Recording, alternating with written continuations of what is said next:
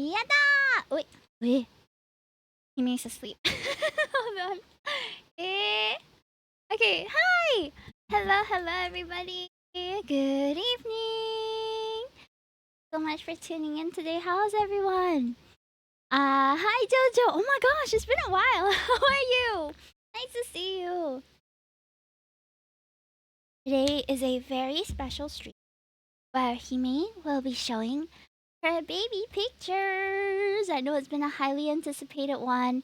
I haven't been able to do it because, yeah, baby pictures. You're gonna see pictures of me as a baby, not my child. Not my child. Me as a baby. Yes. Okay, okay. Alright. My eyes so itchy at the. Hime's eyes itching. Oh my god. Oh my god.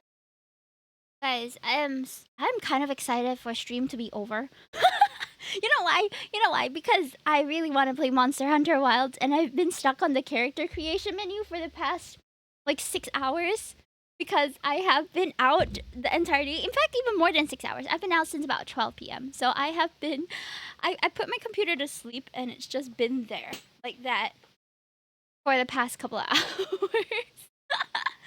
She's still in the works. Okay, she has her hair tied up because I'm not really satisfied with how she looks at the moment.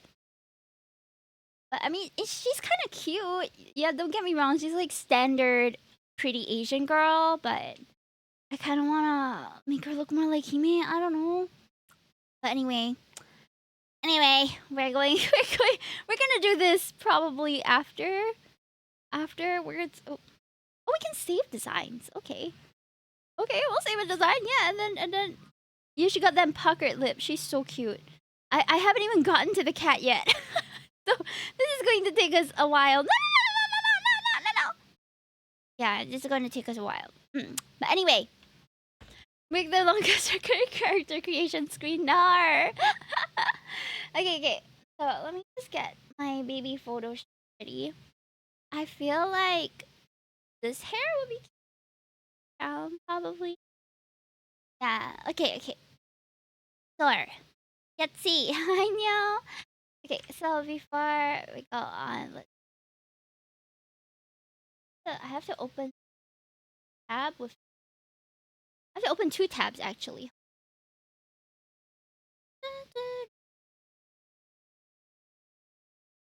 I just went for karaoke with friends.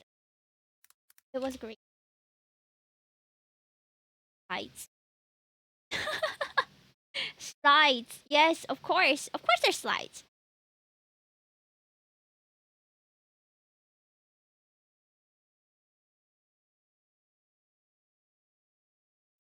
Okay. The stream. Giving. Really? Okay. Let me just for my stream well so that I can hear it as we. I'm also kind of testing to see if Monhan Wilds will work while we are while we're streaming here. Okay, so there are just 9 pages, not a lot today. Oh, Yvonne, thank you so much for being first. Yes. There will be a recorded segment to today's stream, which is the last part, which is 10 things that I have learned or am learning about life. Oh, I'm so sorry, Yvonne. You can't really see, but it does say Yvonne Eclipse first over here. maybe it'll be more prominent later on. Okay. Mute my background music. Unless do we want to do like Animal Crossing or something? I feel like Animal Crossing is apt for a cute little stream. Let's do Animal Crossing. Animal Crossing.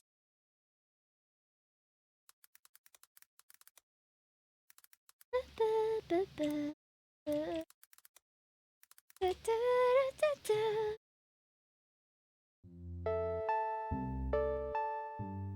we go. What do we think?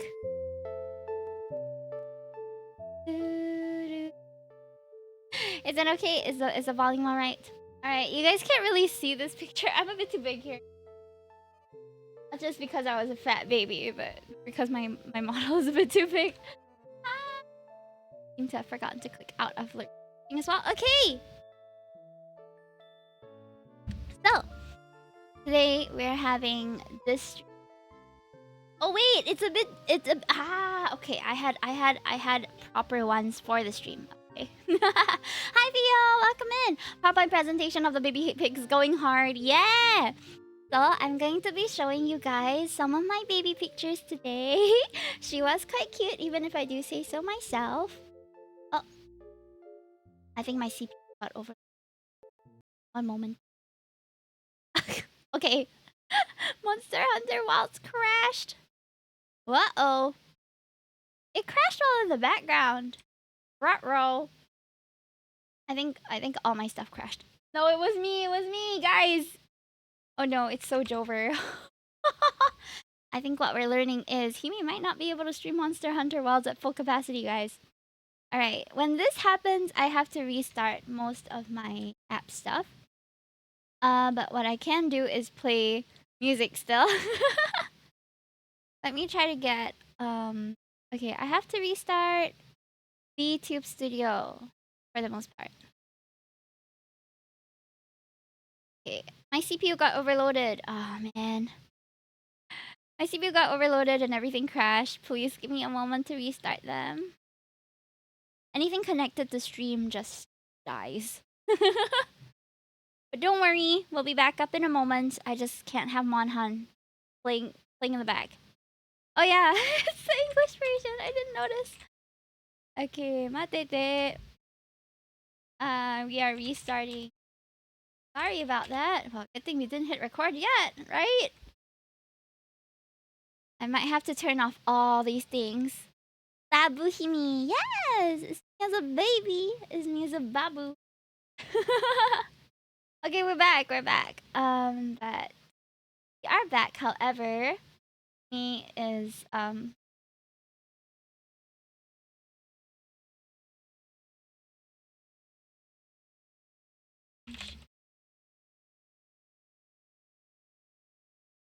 getting my music back up.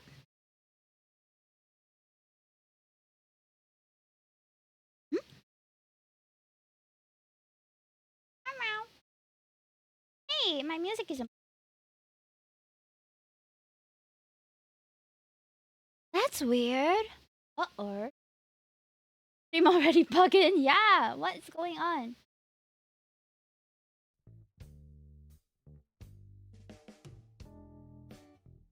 Okay, I fixed it. I had to reroute the audio. Okay. It seems that we're fine now. Yeah, we're doing our baby picture stream. But no, not Monster Hunter because Monster Hunter crashed my stream. Oh my god. Ah! Okay. So, this is baby Hime. This is the first picture and the preview that I gave you guys. And how's the volume? Everything? Is everything good? I'm gonna be talking about a few things tonight for the 2 hours that we're streaming. This was a birthday sub goal that I had yet to fulfill because for some reason something else urgent always came up instead of me doing this. So I ended up having to postpone the stream a number of times. But just yesterday, I was visiting Mama and Papa Toki because it was Bro Toki's birthday, my youngest brother, who you'll also see in this slideshow. And I went through some of our family albums and found some extra pictures. So it was a blessing in disguise where I got to pick some more baby pictures for you before the stream. I already had a number, but this one really double, tripled the number of baby pictures I had to show. So yeah, it was a good thing that it was postponed a little bit. So we're gonna be talking about Mama and Papa Toki, how they met, how my parents got together, what I did not anticipate as a little babu, my childhood, and then I'll show you the photo album of. There will be 3 pages, and I'll have a short heart to heart. The heart to heart part is the 10 things that I'm learning about life, which is also going to be the YouTube recorded segment. So you guys better behave, okay? During that segment, I'll be turning off the Nico Nico overlay, and I'll mostly be yapping to myself. But I'll try to reply to chat when I can. Okay. So are we ready? Yeah, this is arguably one of the more unglamorous pictures. I have a lot of cuter ones, I promise. This just happens to be the funniest looking one. Now, funny story. When I posted this on Twitter and on Instagram, I had people asking me in DMs, You are pregnant? You have a baby?" And I was like, "No, no, no, that's me as a child." But then I reread it as Baby Hime's Journey and Heart to Heart. And I can see where I can see where the miscommunication has come and the misinterpretation of it all stems. But congratulations. Thank you. Yeah, I was born and raised, and I am now well enough to talk to you guys. Congratulations on surviving. But yeah, it is a new month, and our leaderboard has also reset for Twitch. So if you want to be the first on the leaderboard and have some bragging rights, this is your day to bits or subs or whatever else. Yeah, I'm gonna eat dinner. Be right back. Okay, no problem. So let's jump right into it, shall we? Okay. Now, first up, we have Mama and Papa Toki. They actually met in primary school or elementary school, if you're studying that system. If you were to rearrange, it would have been more confusing. First and second was some kind of Hime dynasty has started. Then I read it again. I was like, "Oh, that's you. Yeah, that's me." I hope you survived the terrible twos. So yeah, my parents were childhood lovers. Well, it's more like they never.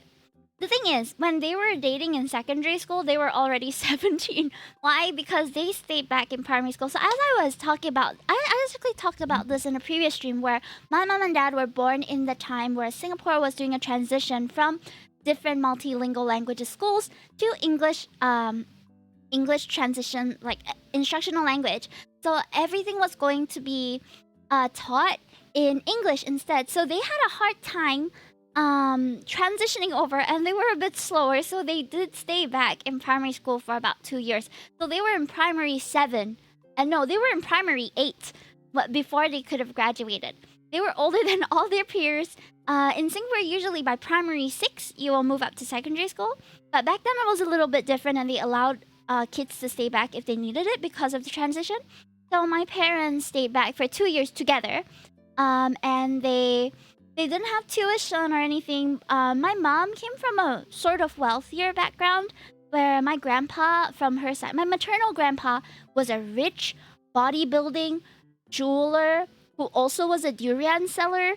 He was like an overall businessman, making them big bucks, but also a bit of a womanizer. So he had a wife in Singapore, he had a wife in Thailand, he had another girlfriend in China, another one in Malaysia, like all over the place. He just had girlfriends everywhere.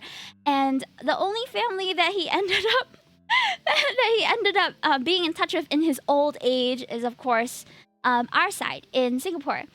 So I don't know if he left any other children in the other countries, but I wouldn't know about it. Apparently, he was also in China during Tiananmen, like when the whole incident took place. So he couldn't come back to Singapore. So he was away for about 4 months, away from my mom and her brothers and wife because he was just stuck in China. He couldn't come back. So anyway, funny family tree stuff, right? My mom was also adopted, but not really. I don't know how to say this, but according to her and according to my aunties and uncles, back then, if you had one too many kids, it was a common thing to give your children away for money. So my mom's biological family is all girls, almost all girls. They have an oldest boy and then 3 girls, and her adoptive family does not have any daughters. So but the adoptive family is her uncle's family. So her father gave her to his brother for $800, which back then was a lot. $800, and said, "Here, you can't have a daughter, so have my fourth one." So she was raised by her uncle and cousins. But we're still in contact with the biological side. We're just not that close. So So yeah, that was probably during the 2 is enough era, which Singapore had, which now they're like backtracking so hard on. But yeah, that was my mom. My dad was born into a much poorer family. He wasn't well off. His dad wasn't well off. His mom wasn't well off, and he is the second child, but the only son. He has an older sister and younger sister, but the older sister had some issues and ran away from home a long time ago. So he pretty much took up the older brother role and took care of himself, his mom, and his younger sister. His dad also passed away. I never met my paternal grandpa. He passed away when my dad was 4. So he was very young, never really got to know his dad. But seeing as how he grew up without a father figure, he's been a wonderful father figure to me. So I think that's by the grace of God and just he's been a great dad overall. Not the perfect father, not the perfect parents. I don't think there's such a thing, but they really scraped through it together. They went to secondary school together and they started dating after they converted. So by the time they were 15, they were still in primary 8. And then they went up to secondary school. Hime family lore is crazy. So when they went up to secondary school, they were already 15, 16. They converted at 15 years old together. They went for some Youth for Christ outreach event and they became Christians together. And then continued to be in school together. And when was their primary 8? Yeah, they stayed back 2 years in primary school. Yeah. They converted religion from I'm not sure what they used to. I think they were Taoist or Buddhist, and they converted to Christianity at 15 together, and then started dating while they were in secondary school. So around 16, 17 years old, they started dating. Went through poly, working life. I don't know all the gnarly details about my parents' relationship. I just know that it worked out in the end, and they got married at 26.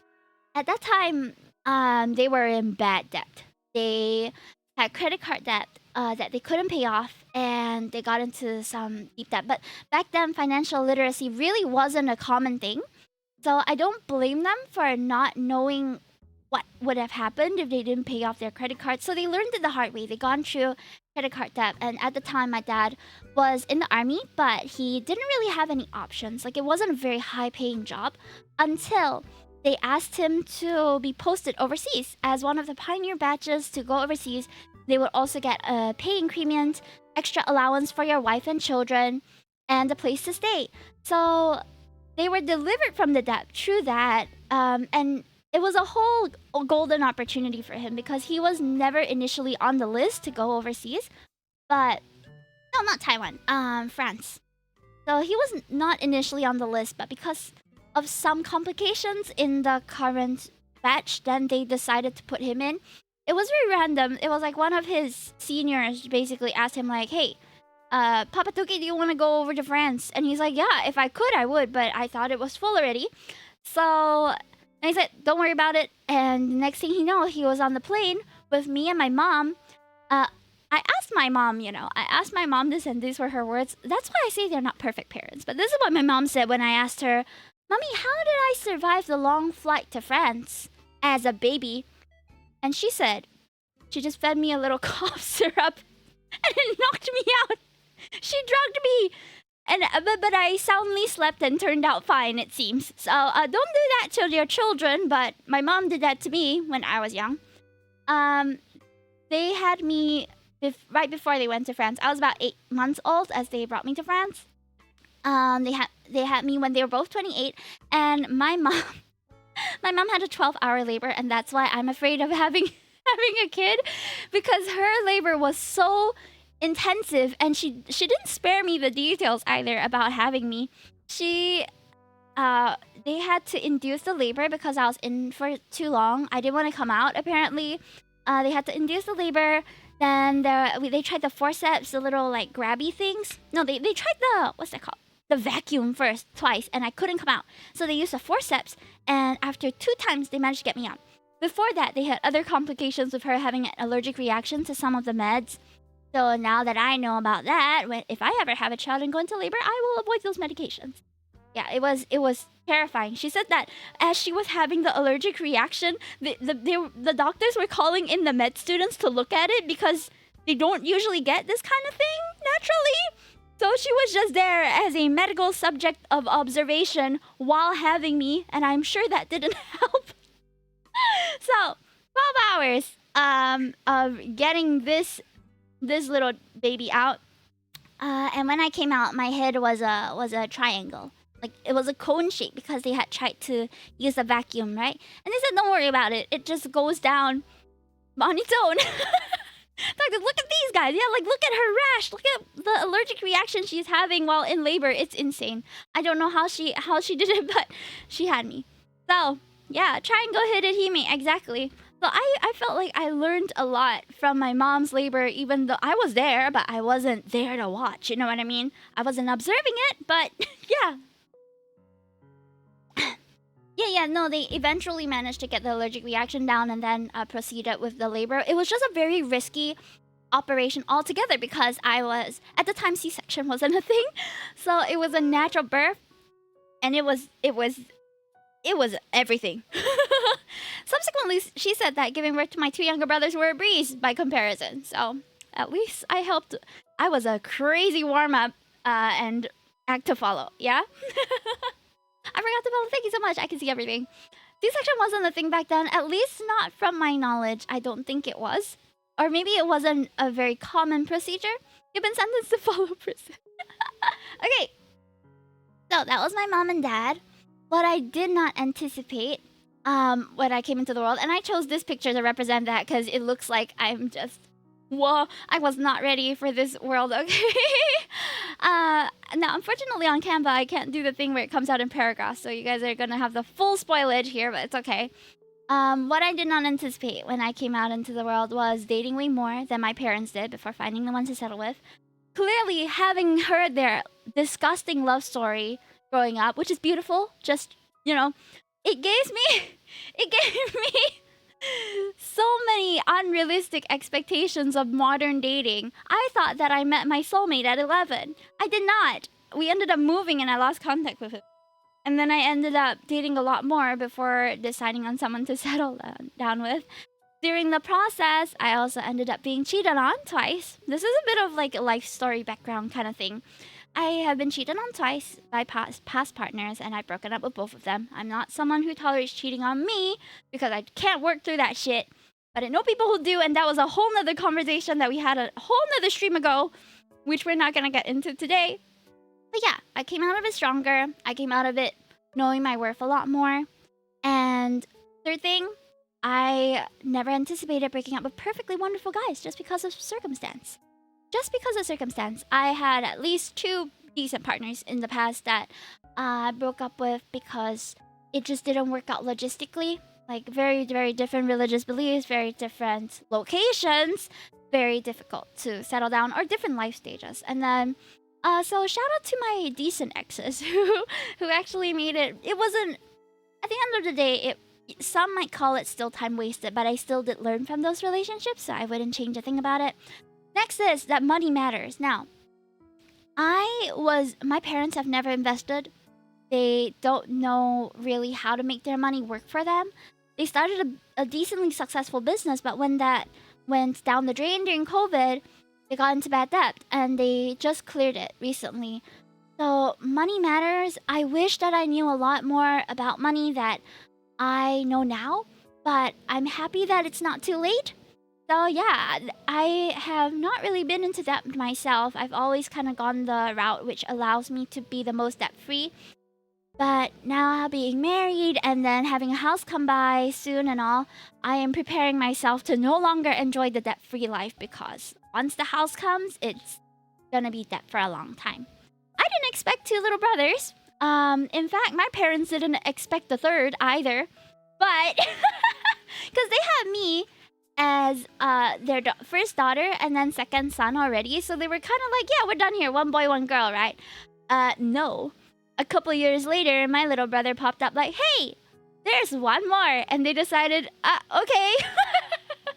So my little brother was unexpected, but I'm very glad I have 2 brothers because I get along with one a lot more easily than the other one. Not that we fight, it's just, different vibes. So if I didn't have my youngest brother, I'd just be stuck with my second brother, and I don't think it would have worked out. Who knows? Anyway, next. Feeling B tier most of her life. And this is true even now, and I don't think it's necessarily a good nor bad thing. It's just a neutral, my perspective of my life is that I have been a pretty B tier kid. In terms of, I used to be quite a high achieving kid as when I was really young. I caught on to things fast and all that. But as I got older, I got into more specialized courses with a lot more experienced people. And that's when I started performing at a B tier because I had lack of experience. That doesn't mean that I'm not aiming for A tier. It just means that in every aspect of my life, I feel like I'm decent, or at least a little bit above average, Like, I'm not bad, I'm not good, I'm just doing what I want to do and doing okay at it. I don't know, maybe one day I will feel like I am exceeding an A tier in some aspect, but at the moment I still feel pretty B tier. Yeah. I didn't expect to be graduating with 2 diplomas and a degree by age 23. You go, girl. Again, I'm not really. I say that, but I didn't perform very well. You know what I mean? I just cruised by. I happened to have an express pass to get an extra diploma and a degree, and I went for it because it felt like the fastest route, which it was. So that's the only reason why I have these qualifications, and I'm not sure if I'm going to pursue any more in the future, but we shall see. Next, streaming and going through a pandemic. This was recent. You guys have been through this, but this was the, I think, most surprising curveball, because I completely never imagined that I would be streaming, or maybe I never knew that it was an option. But when the chance came up, when I had to be home all the time, and I was watching other people's streams and thinking, maybe I could do that. I started, and now it's been almost a sixth of my life that I've been streaming already, which is crazy. You know, I've been doing it for, this is the 5th year that I'm doing it. And I never expected it to be such a major part of my life either. The pandemic was definitely not on my bingo card for life, but here we are. We can all say that we've experienced a little part of history, because the COVID pandemic is gonna be one for the books for sure. Right, next up, I think you guys can't see the like later part, but finding friends and strangers online. So now this is something that I still believe in. Don't talk to strangers if you're a kid on the internet. But if you are of age, you're an adult, you can discern good intentions, bad intentions, then it's very possible to find friends in strangers online. Almost all my life, I've looked for people around me from school and things, but now that I'm a lot older and everybody's working and at different stages of life, it feels like I've lost touch with a lot of people that I've met through real life. And most of my friends are the people that I meet online because they have the similar interests, they have similar hobbies, and some of them are even in the same stage of life, you know? So it's been an interesting experience to find friends and strangers online. But I will say that I don't really feel like a friendship is solidified until I meet you in person. So this year I have been super duper fortunate to meet a lot of my friends who have come to Singapore. And I still have a few more coming later in the year. I'm very, very excited to meet them and like solidify like, hey, you are exactly what I expected to meet when I met you online. So I'm really, really excited to meet some of my old friends that I met like 4 years ago in this online space in real life finally. And I think it's gonna be awesome. I really do think it's gonna be awesome. And lastly, the many other joys, heartbreaks, meltdowns. Meltdowns have been recent and many, and difficulties life had to have in store. I think my first heartbreak was the worst. I couldn't get over it fast, but I'm glad that it happened early so that subsequent heartbreaks were a lot easier to get over.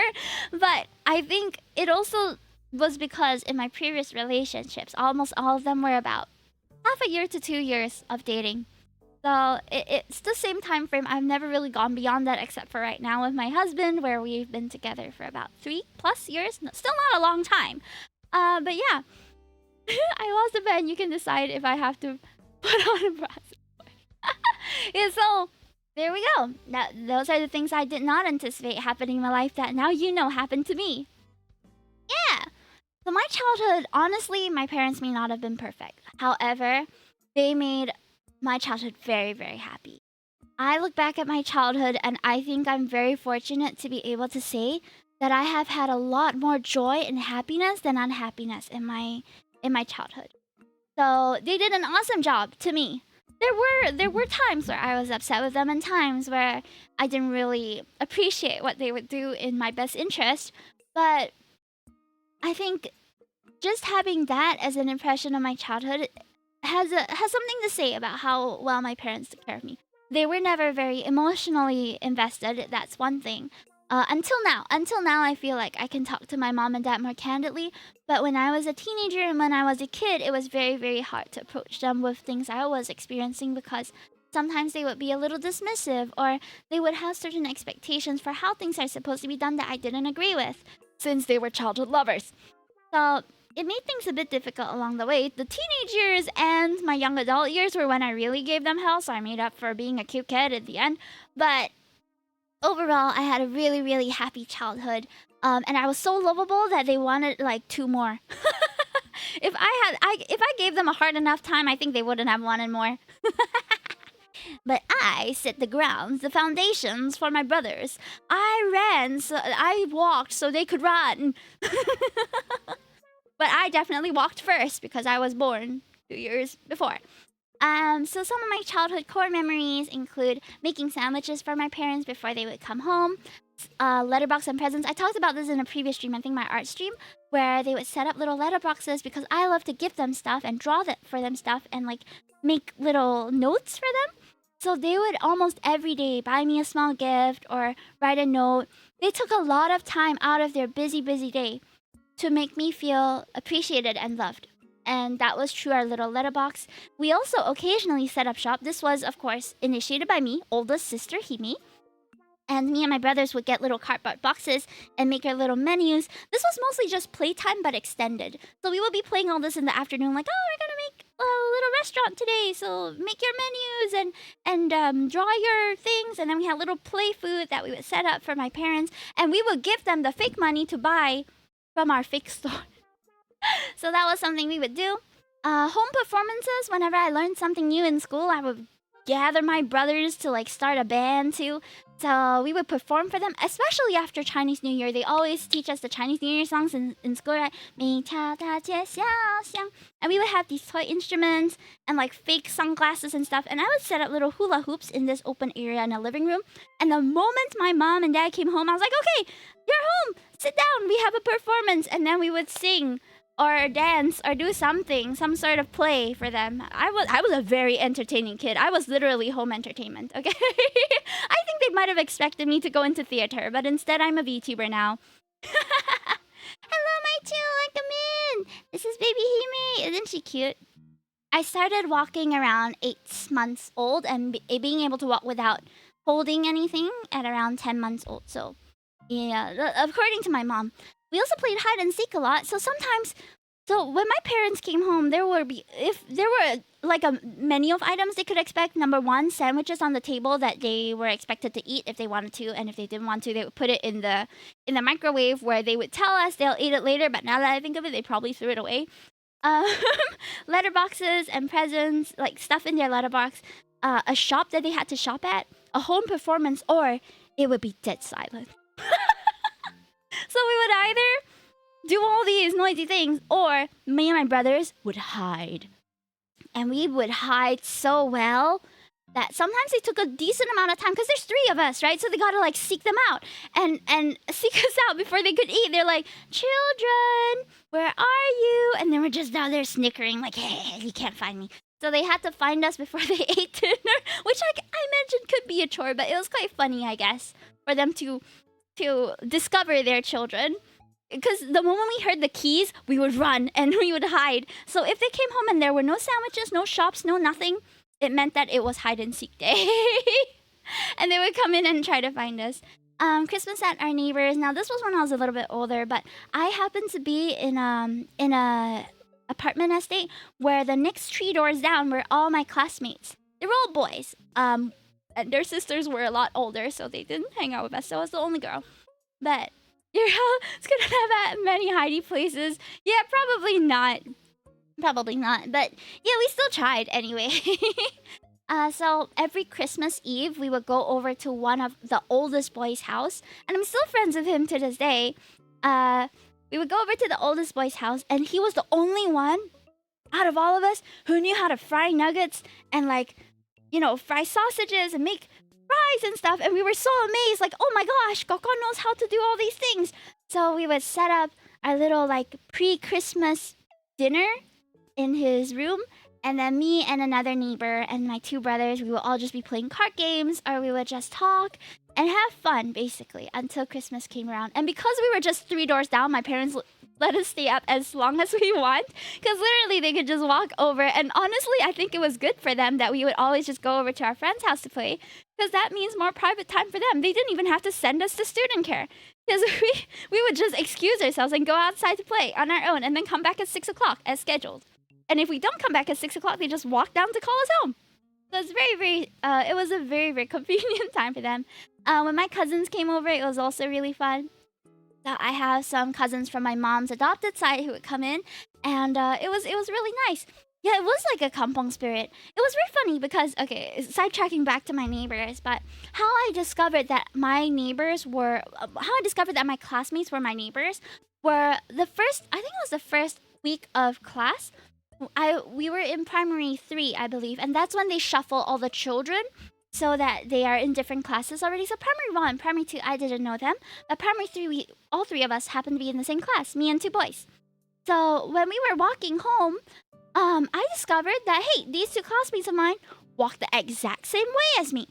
And then we got in the lift and I went up and realized, they're also on the same floor as me.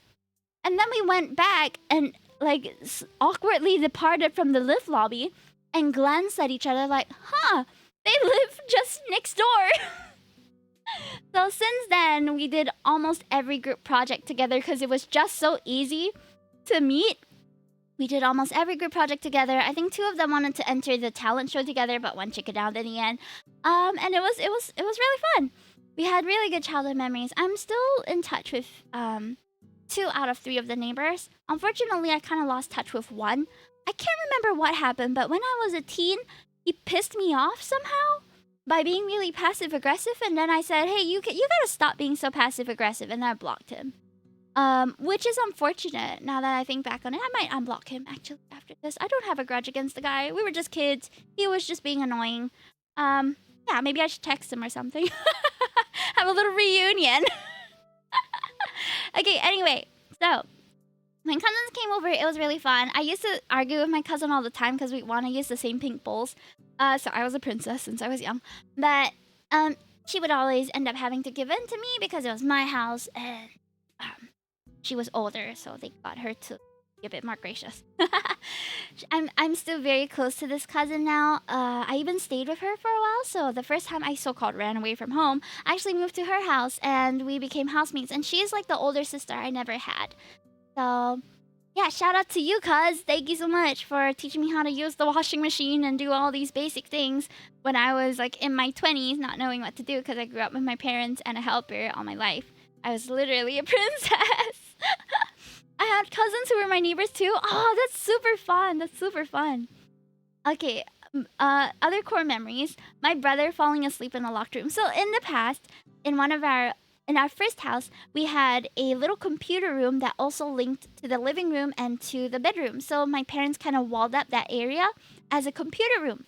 My brother went in, locked himself in, and fell asleep on the computer chair. He had got to be like primary 1 or something. He was really young. So I was trying to get into the room and then I realized, oh, he's asleep. Bro Toki is asleep because I could see through the crevice of the door that he was asleep on the chair, and the whole family had to gather around that door and try to unlock it. And we couldn't, so my dad had to drill open the door so that he could retrieve his son. In hindsight, we could have probably just waited for him to wake up, but we wanted to make sure he was okay and not passed out. Because we were shouting at him and everything, and he just wouldn't wake up. So they like drilled out the door so that they could retrieve Bro Toki, who fell asleep. He was fine, by the way, just causing us inconvenience.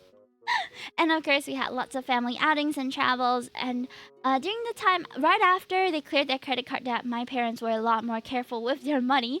So after that, we got the chance to go overseas with lots of different people. And I'm very, very fortunate to say that I've traveled quite a lot of places when I was young. Now, now it's a lot harder because we're all on different schedules. But I do hope that we can have a family trip again one day. It's always the second child, right? Okay, we're in the photo album section now. Yippee! So this was my first month. Now, understand, I got a lot of presents because my parents were in a huge church at the time. This is me like 1 month fresh out the womb here. I don't know what possessed my parents to put all of the ang baos and presents around me and then take a photo. But I appreciate that they did because look at all the love. Damn. I got so many baby rompers and stuff that eventually would have been passed down to other people in the church. So it goes full circle. Anyway, I just happened to be the first child born of their generation because my parents were married early ish. Actually, no, they were married like at the average age, but they had a baby first before a lot of their other mates did. So everyone was real hyped for the new baby on the block, Hime, and therefore gave me lots of presents. This was me. I came out with a full head of hair. Like this is. According to my mother, I had a full head of hair when I came out of her. I was already overdue, right? So there, and then this is baby me. I had so much fat rolls. It is so cute. They used to call me Peanut because I would always like cock my head to the side and I just look like Peanut to them. Laughing at my name that's right above the picture. Yeah! So this is the first page. Now, the reason why I'm not showing my parents' face anymore is because they look exactly the same as after they've had us. You'll see me and my brothers. So this is me as a baby. I was about 8 or 10 months old here. This was me in France. I spent about my first 3 years there. So for the first 3 years of my life, I was there and I dressed a lot more cutely there. When we came back to Singapore, we came back with my younger brother here. He's so cute.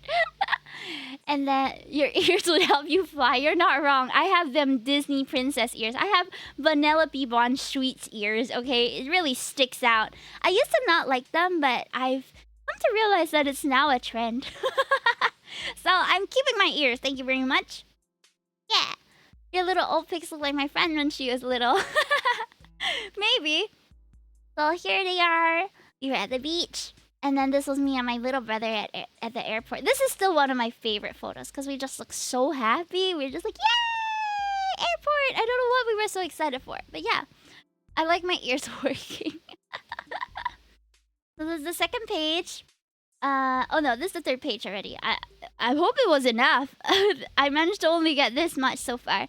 But this was me when I was a little bit older. So I used to love tiaras and things. I've always been a little princess. So during our first like family home photo shoot, this is what I wore. This was when my dad took me and my younger brother out swimming. Over here we had two toys. My little brother had a little like bulldog, mechanical bulldog toy, and I had a little mechanical like poodle toy. I named her Molly, and she's so cute. RL pics, yeah. So this is I think my brother's birthday. We went to the park. My dad's a photographer, so he took a lot of photos of us. And I have a lot more nice photos as well, but they're all in the albums and I didn't have the chance to go and retrieve them all, so this was what I could find.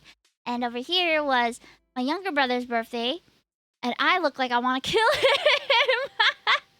I didn't know why I posed like that. Why did I pose like that with the knife just in front of me? I think I was just anticipating like cutting the cake, but because I look like I'm about to murder him because he looks so happy. Like, this should be my birthday instead. Yeah, so yeah, you want to see the others humming? Yeah, this is me and my little bros. Yeah, we were very cute. And this is me as a baby. I had a few other pictures as well. I kind of sprinkled them around the thing here. Yeah. Ta-da! So cute! Let me cut the cake, damn it. Enough happy birthdays. You don't need to sing happy birthday 5 times before we get to cut the cake. Why am I British? Yeah, so these were my family photos. Your brother's childhood pics look like my brother. No way. So cute, all of us. Now that I think of it, I'm so grateful. The blank staring at the camera, this one. It's so adorable. So he was very slow to speak, my youngest brother. And now he's a yapper. Now he's a yapper. But when he was really, really young, he spoke really slowly, like an old man. And nobody, and none of us knew why, but I think he was just more careful with his words after seeing me and my brother. Okay, as I said, my parents were wonderful for me, but they may not be perfect. They hit us as children. They at least use a cane. They didn't like whoop us with random objects, but we each had a cane. We each had a rattan cane. And we got to pick our colors. It was a whole thing. Like if you broke your cane because he had to hit you, then you go down to the mama store with your mom and you pick a color. So mine had a pink. Mine had a pink hook. My other brother had a blue hook, and I think the last brother had a yellow hook. So we each had our own cane. We each had our own cane. So whenever we were naughty and not obeying, we would have to do a little walk of shame to get our cane to give to my dad, and he would tell us to, he would tell me to like open your palm. And this was after he gave us a talk on why we did what was wrong with what we did and all that. And then he would just give me a sharp rap on the palm. And then I would like rub my hand palms together, take the cane from him, and put it back on the hook. Why is it the same? I don't know. I think maybe it's a Singaporean children thing, but yeah, parenting of that generation was like that. So yeah, I got to pick my own cane color though. It was a cute pink one. And I think after I turned 10 or 11 and we moved, that was when we got rid of the canes also. So that's when they started like just talking to us and scolding us. But yeah. Oh my god, neurodivergent anime fan. That sounds terrifying. My mom locked me in solitary confinement with no food or water for a day. I think that's abuse. I'm surprised you don't know any anti-child abuse PSAs regarding canes. Well, oh, I don't know. Oh, well. I would say that I don't think it's mandated as a child abuse thing. Abuse is a show of dominance and power that sometimes doesn't really have a reasoning. But when my parents were caning me, I knew they were telling me how I should behave, that they were disciplining me. I still don't agree about the hitting children thing, but I also think that they weren't extreme with it or anything ever. It was just a sharp rap on the palm once or twice if it was a more serious thing, like if I hurt my brother or something. Yeah. Everyone looks so young. Yeah. So that was yeah, that was my childhood. And how I got punished as a kid. Okay, at this juncture we are moving. Are we moving alerts? Yes, the heart to heart. So I'm gonna be turning off alerts and I'm gonna be turning off the Nico Nico overlay. Training is more for discipline. He may have you had it all for one for all. No, that I did not have. So whoever did the deed will get the cane. So there was never like all for one for all in my family, unless we were working together to do something bad, which doesn't happen often. We mostly did crimes against each other. Okay, so alrighty. Now I'm gonna move on to the 10 things that I am learning or have learned in my life so far as a young adult. Now I know the 10 things just appears on screen right now. Maybe in editing I'll have them appear one by one. But these are 10 things that I gathered together that I feel are important for me. And I'm starting the recording. So guys, you guys can say hi YouTube. It'll just appear in the little chat box. So 10 things I've learned, am learning. I picked the two most like done baby pics of me for this. But number one, trust takes time and rebuilding it is hard. I used to lie to my parents a lot when I thought that they wouldn't like what I had to tell them. And I discovered the hard way that the more their trust was broken, the worse the consequences were. And I think I learned the hard way too that my parents wanted what's best for me. It's really weird to say, but I think as a teenager, I felt that they were always against me and what I wanted to do. But at the end of the day, they had the best interests for me in mind. It's just that when I didn't tell them things, it made it very hard for them to know what was happening. So for me, trust takes time and rebuilding it is hard because later on in life, when I tried to rebuild it, it also took a lot of work. I had a curfew until I was maybe 21, 22. It took a long time for my parents to trust me and know where I had used to have to report where I was going and every little nitty gritty thing. But now it's a lot easier that, I've grown up more and it's easier for my brothers as well. So I would say that the times that I never regretted being truthful to my parents after that. So I think it's good to let them know what's going on. If your parents want what's best for you, they may get angry in the moment, but at the end of the day, they will want to work it out with you. Yeah, that's what I'm learning, or what I learned. Let me just move the. Let me just move this up like a little bit, bothering me. Go. Okay. Number 2, happiness is a journey, not a destination. I think a lot of the time we will have the impression that, hey, I will only be happy if I hit a certain amount of my savings, or if I get married, or if I find a partner, or if I do this, or if I do that. There's always going to be a goalpost, and that goalpost is always going to move. So I am learning to enjoy the journey as well, to really take time out of my day to be grateful for the things that I have. And even if the day is bad, to reflect on how there were some good that happened also. So yeah, I think that if you set a goal and you reach it, like even if I became the most famous VTuber in the world, even if I had a lot of money, there's always going to be something more that you will want, that you will set as your next goal. So enjoy the journey. Don't end up in a place where you've been unhappy for most of your life and only discover that you could have been happy all this while before you even reach your goals. That's not to say don't work on your goals, work towards it, but also enjoy the journey towards them. Yeah. Okay, 3. Relationships can be difficult and it takes investment. Compatibility is no guarantee, change is inevitable. To be loved is sometimes to be changed. Now, I know this is a long point, but I think it all comes together under the first statement where relationships can be difficult and it takes investment, right? Okay, I paused my recording just to say hi to the raid. Hello! Thank you so much, Aquis! Welcome, welcome! Thank you for the raid. I'm so sorry. We're doing a recorded segment now, which is why I didn't reply immediately. But yeah, thank you so much for the raid. I hope you guys enjoy. We are currently at pointer 3, but once I get onto pointer 10, we'll be going back to just chatting, or maybe we'll try some Mod Hand Wilds. I don't know. Hey. If you want to know more about relationships, we did have a dating advice stream a while back. That was really fun as well. We talked a lot more about relationships then. So if you want to check out more on this point and have a little extension on it, you can check out that video. Yeah. Number 4, the only person you should actively compare yourself with is the you of yesterday, because there's always going to be someone who's better at what you're doing. There's always going to be someone who's more attractive, more talented, more everything, has more money, has this, has that. So at the end of the day, you should be working towards being a better person for yourself. And it's normal and natural to compare ourselves with others, but don't make it an obsession.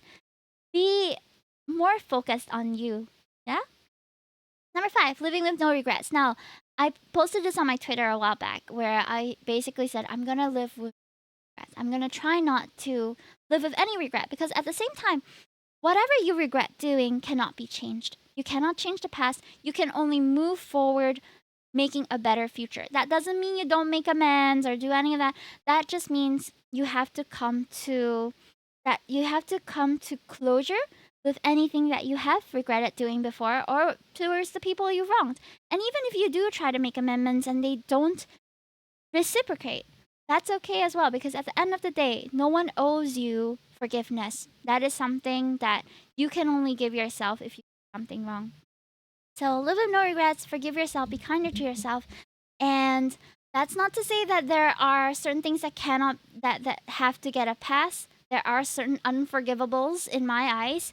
But if you're not doing anything heinous, then live with no regrets. Number 6, 有话就说，有屁就放. And this pointer kind of came up during Celeste. A couple of days ago, we were playing Celeste, and this Mandarin phrase came up. This Chinese saying that if you have something to say, say it. If you have a fart, don't hold it in. And I think there's some wisdom to this, even though it sounds silly and it's something that me and my friends used to say to each other to kind of mock one another. But there's wisdom to it. I think you can't sit around expecting people to know what's on your mind, especially in relationships, in business, in whatever it is. Don't sit around not saying what you need to say. And farts and coughs and sneezes are not good held in either, so you shouldn't hold stuff in. That's not to say you're not tactful with the way it comes out. Find the right place, find the right situation, and find the right words to bring your points across. But if you have something to say it, because no one's going to be out here actively trying to read your mind. This is why. Point 7. Nobody cares. Now, I know it's terrible to say this, okay? It's a little bit even, cynical to say that nobody cares. But just think about it. As you go about your day to day, there are so many people you pass by who have intricate lives on their own. They have complex situations they are in. They may even be embarrassing. They may even, be annoying in public. But at the end of the day, most people don't care. They don't care what you look like. They don't care what you did.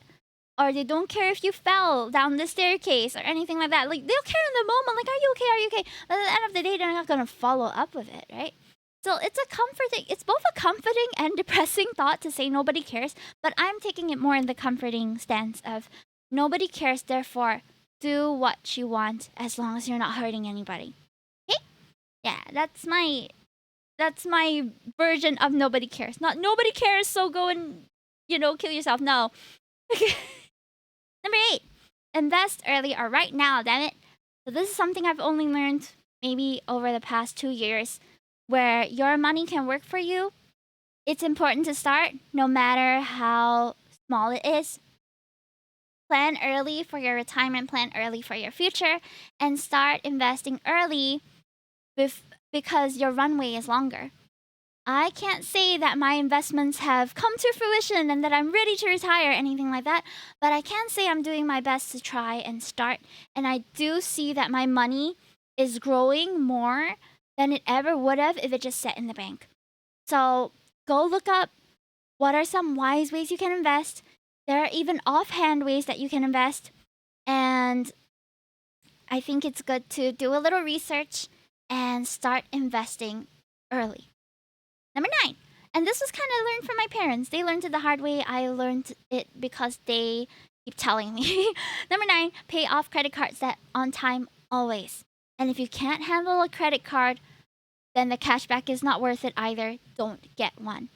Because especially in today, I think millennials and Gen Zers in the future who turn 16 and they can have cards, they're going to be the most susceptible to the buy now, pay later mentality and rack up and accumulate a lot of unnecessary debt that's going to follow you for a long time.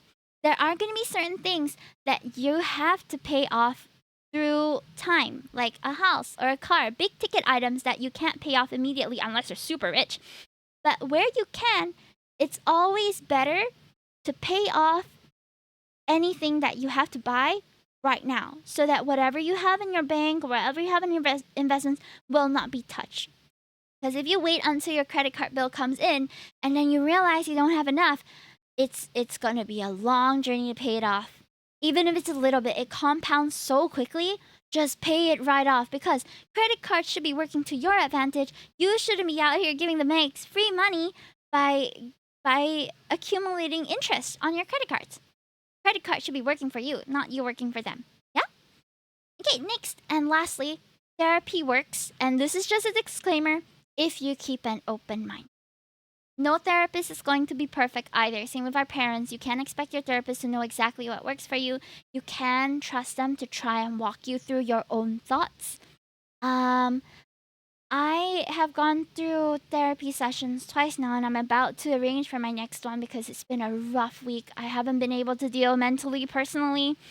But each time I knew that something has been weighing on my mind for more than a week, more than a couple days, and it's affecting my daily, my daily routines, and it's affecting me mentally every day, then I know it's time to go to therapy. My default setting, I feel like I usually deal with life quite alright. But when things happen and get complex and we're kind of in the middle of it, I wish I knew about therapy early on when I was in my teens, so that when I was going through my first breakup, when I was considering getting into a rebound relationship, when I was about to do all these things that I eventually am not proud of, uh, I wish that I had therapy to go to, or I wish I considered counseling at least to go to. It's kind of like going to a doctor just for your mind. So if you feel like something isn't right in your mind right now, then go for it. But also, you can also go frequently if there's access and all that, and you're able to. You can also go more frequently as like a checkup, you know? Because we go to doctors for yearly checkups and stuff. I hope you do, guys. Go for your yearly checkups or your half yearly dental cleanings. It's kind of just to make sure things are okay with you. I realize sometimes that I don't notice how off I feel until I'm in the office. You know what I mean? It's like a lot of the days, at least for me as someone in fast-paced Singapore, I feel like sometimes I take every day on autopilot. Even when I'm upset, even if I have something really heavy on my mind, I can still pull myself up, you know, put on my boots, go to work, even if I'm not okay. And I can pretend I'm okay for most of my life. But it's a lot better to go through life cognizant that you're happy or cognizant that you're all right and that there isn't anything weighing on your mind. It's such a weight lifted off your shoulders once you sort out the entanglements that go on in your head. So consider therapy. If you've never gone before, it's good to just go. It can be something as small as a friendship problem. The last time I went, it was because I kept thinking of certain friendship problems that I was having. And I decided, all right, I'm just going to try going for therapy for it. It just took one session for me to immediately feel better and know where I thought and stood about this whole friendship issue. Because it's a lot easier. It's like when you go to the gym and you've never really gone to the gym before. I think most of us go through life without someone to be our mental guide, right? Gym and all that, you can kind of easily find tutorials online how to do kettlebell swings, how to do jumping jacks, whatever. You can find guidance for physical exercise online easily. You can even form your own routines at home. But when it comes to navigating the complexities of the human mind, I haven't really found online resources that were that good at guiding me through it as well as a therapist would. A therapist who's able to respond to you in real time, who is a real person with real life experiences, preferably someone older who has maybe gone through similar things as you, uh, is gonna help a lot more than trying to find a YouTube video for your specific situation. So try therapy. It's good. I'm glad that the stigma that surrounds it is kind of lifting as well. Um, and I hope you guys have a good one. That's all my 10 heart to heart things that I've learned and am learning. There's still a lot more things that I would like to share, but I am not in the right mind now to like talk about a lot of stuff. So I'll just leave it here for today. Thank you so much for joining me for this segment. Yeah, and oh, thank you for the people on YouTube who watched through this whole raw recorded part as well. Can we say thank you, YouTube, in the chat, please? Yes, sir. Yes, sir. Hey, I think my Animal Crossing music stopped. Wait, it stopped like a while ago. Oops. Thank you, YouTube. Yeah, thank you, Yvonne. Thank you, YouTube. Ah, okay, we're stopping the recording now. Chat, how did you find it? Was that okay? I felt like I should have written a script maybe. Because I was just yapping. Oh my god, I was really up here just yapping. But how did you find the whole stream today? It ended a lot like this segment ended a lot earlier than I expected. But hey, at least you guys got to hear it, and now we can just chat. It's a cozy just chatting session now. Oh man, you know what? I'm gonna try and export this. Let me get myself into my shoes. Oops. And get myself into my shoes, and then we can chat. Yeah, how'd you find it? I feel like it's at least a little more structured than my usual streams. I should really go for a health checkup. I haven't been to a clinic in years. Oh no! Yes, please do. It was fire. Oh man. Now, I'm not gonna stay out here and say that I'm gonna be the best at giving life advice or anything. I am still learning. I'm still living life and trying to go through it the best I can. But yeah, if you guys have anything you would like to talk about, I'm more than happy to go through it with you. Been to the hospital a lot lately. How's your health? How's it going with you? I know you've been having some health stuff of late. I put it here if you guys want to refer to it while we chat. I saw you playing Monhan. Okay, so the thing about Monhan, I was online, but it was just a game that was open. But I was rushing out of the house today, and I put my computer to sleep, but but it was still showing on my Discord. So apparently, I've been on Monster Hunter for many hours, but I haven't even gotten past the character creation. It crashed just now too. So it crashed just now. So I don't know. I don't know. Okie dokie. I can't wait to try Monhan though. Early interest invest advice is also what I need. I'm gonna be honest here. I haven't really invested that much either because I also only started working about 4 years ago, which is a decent time. You know, you can save a lot in 4 years. But I didn't really consider doing that because I was paying for my wedding and then we paid for a honeymoon, and only after all of that did I decide, maybe I should invest as well. So that's when I started looking into it and realizing, oh man, I could have. The thing about money is you will have all these missed opportunities, you know, but at the end of the day, money, yes, is supposed to work for you, but it's also meant for you to enjoy. So for me, I try to follow a little system where I pay myself first. I put aside all my savings. I put aside all the things that I have to pay for. Me and my husband have a joint account where our rent and bills and stuff get deducted from, and we've already done the calculations how much we need to contribute into that account. So I'll put all those aside. And then the remaining, after I put into my investments and stuff, whatever's left, is just for our daily use and for me to use for what I enjoy. So I can use my money that's in my account guilt free. What I will say though is I've been spending more on my credit cards unknowingly recently because I keep paying first for people, you know, like if we go out as a group. In Singapore, it's very common for one person to pay first and then the rest to just transfer to them. But I forget that what people transfer to me is stuff I have to pay later on.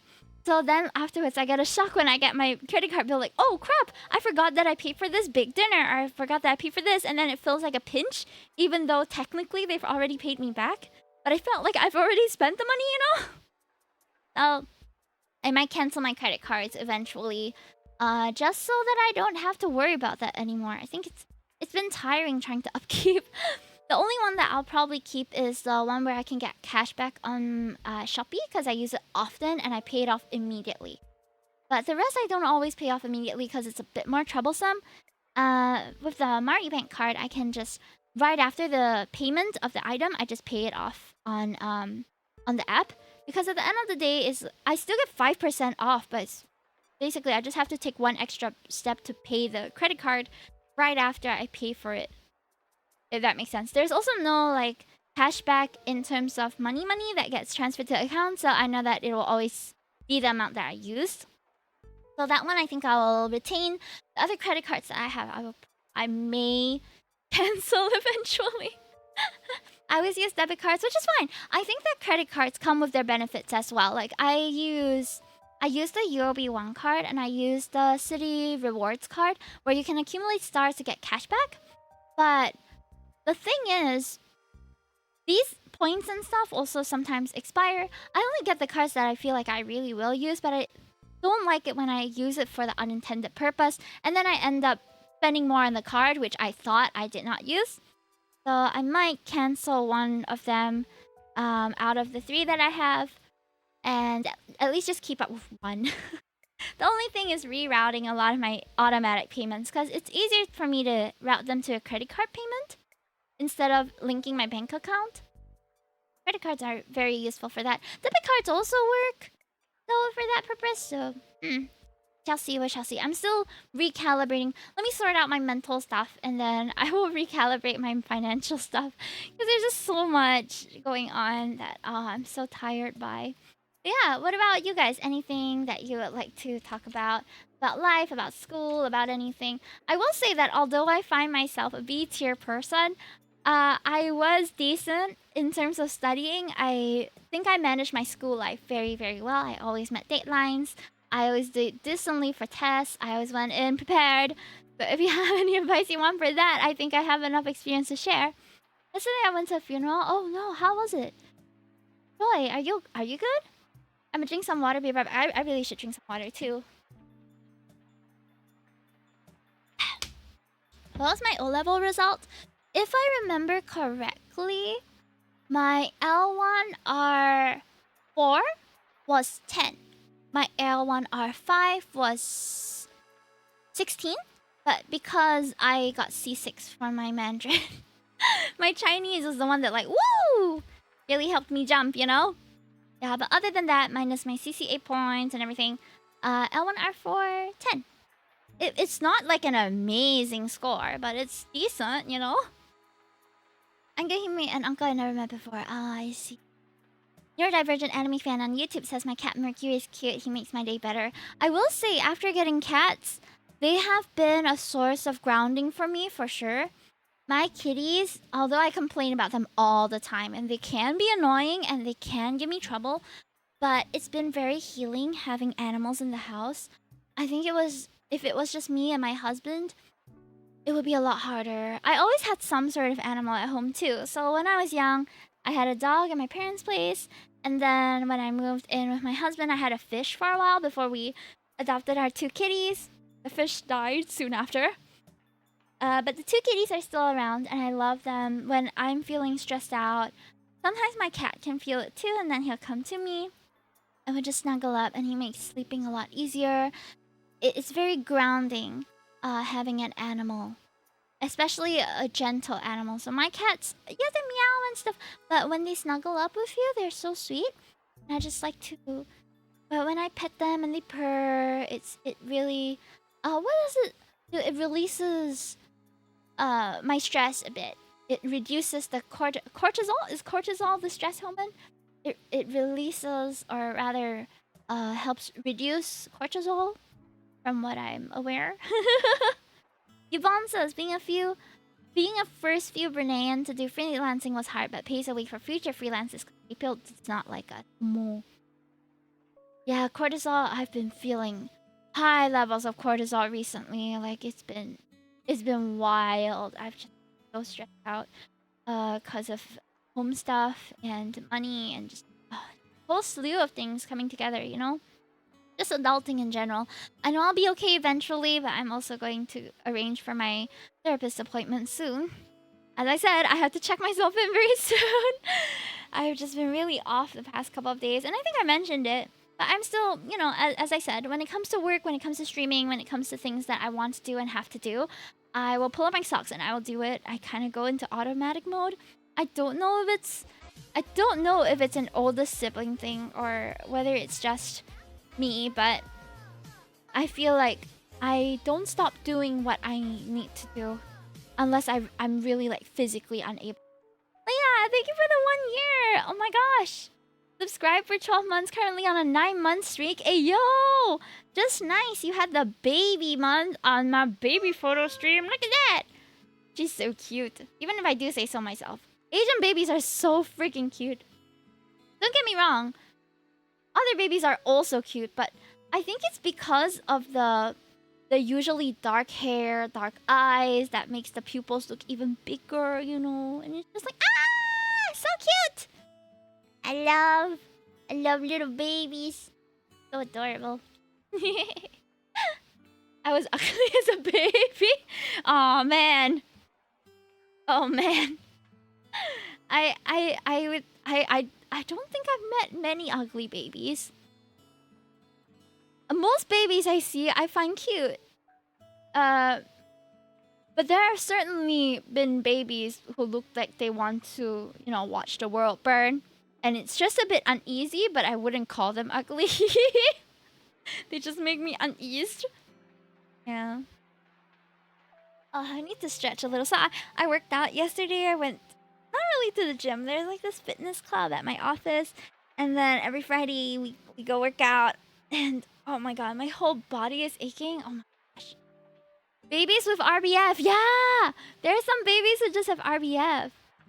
My mom said that when I was really young, I like to disturb the people around me. So I would resting baby face. Oh my goodness. I like to disturb the people around me. I would like turn around and say hi to people if I was at a restaurant. And I was just a really bubbly kid. I was just really happy. And along the way, some stuff dulled my sparkle for sure. But I think overall, I'm still a very happy person. When I think happiness, it's a privilege to say happiness is a choice.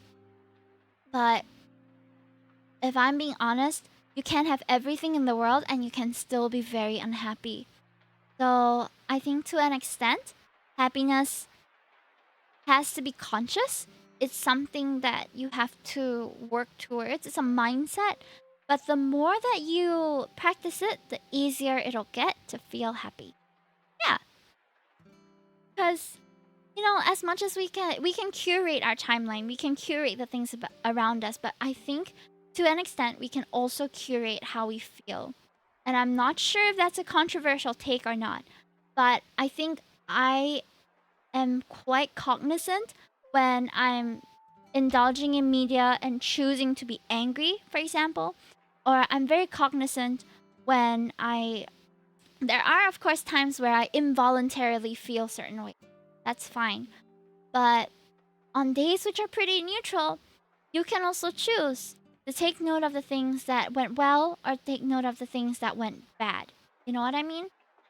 I think it's good to have a balance of both, not live in a delusional way and, you know, think that everything's okay, toxic positivity, all that. Like, be realistic, but don't lose sight of the good things that happen in life, no matter how small. So today I had a pretty rough day, so I left the house late. I missed a bus, then I missed my bus stop, then I missed my train station twice. And I was late to my job, but the good thing is that during that time, I managed to put on my makeup. A good thing is the client was still very welcoming of me, very gracious to me, and was happy with my services. A lot of good things also happened. They even gave me a little goodie bag before I left the house. That was really nice. Like, although a lot of shitty things happen in life, a lot of good things happen too that maybe go unnoticed because we have a negativity bias.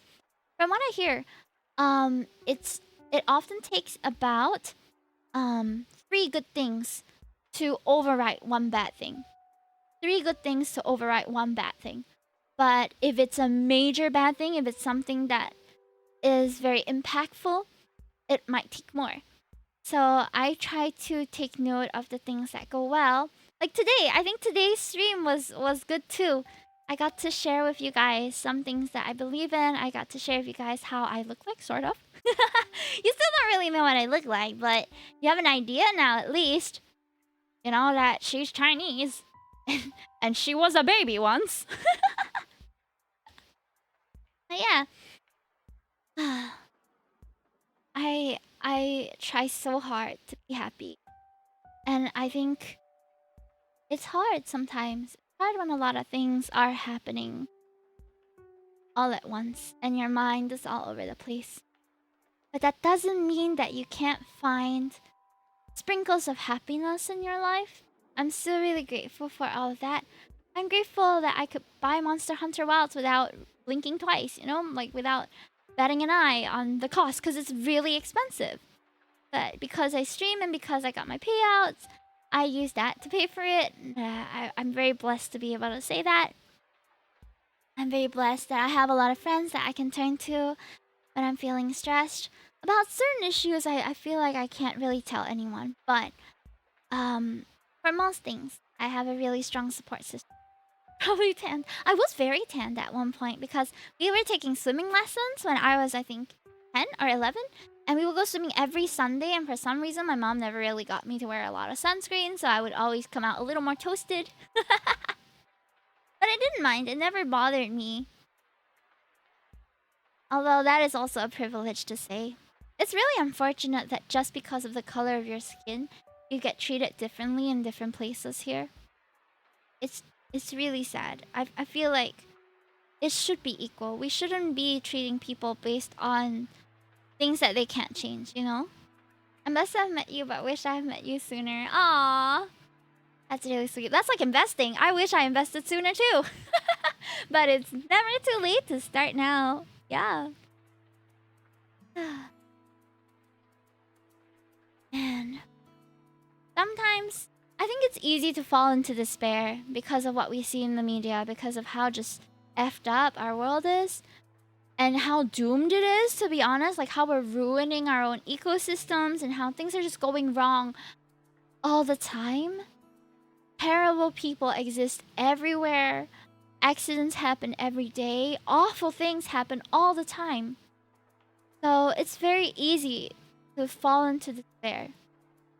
But good things also go on that sometimes doesn't get reported, you know?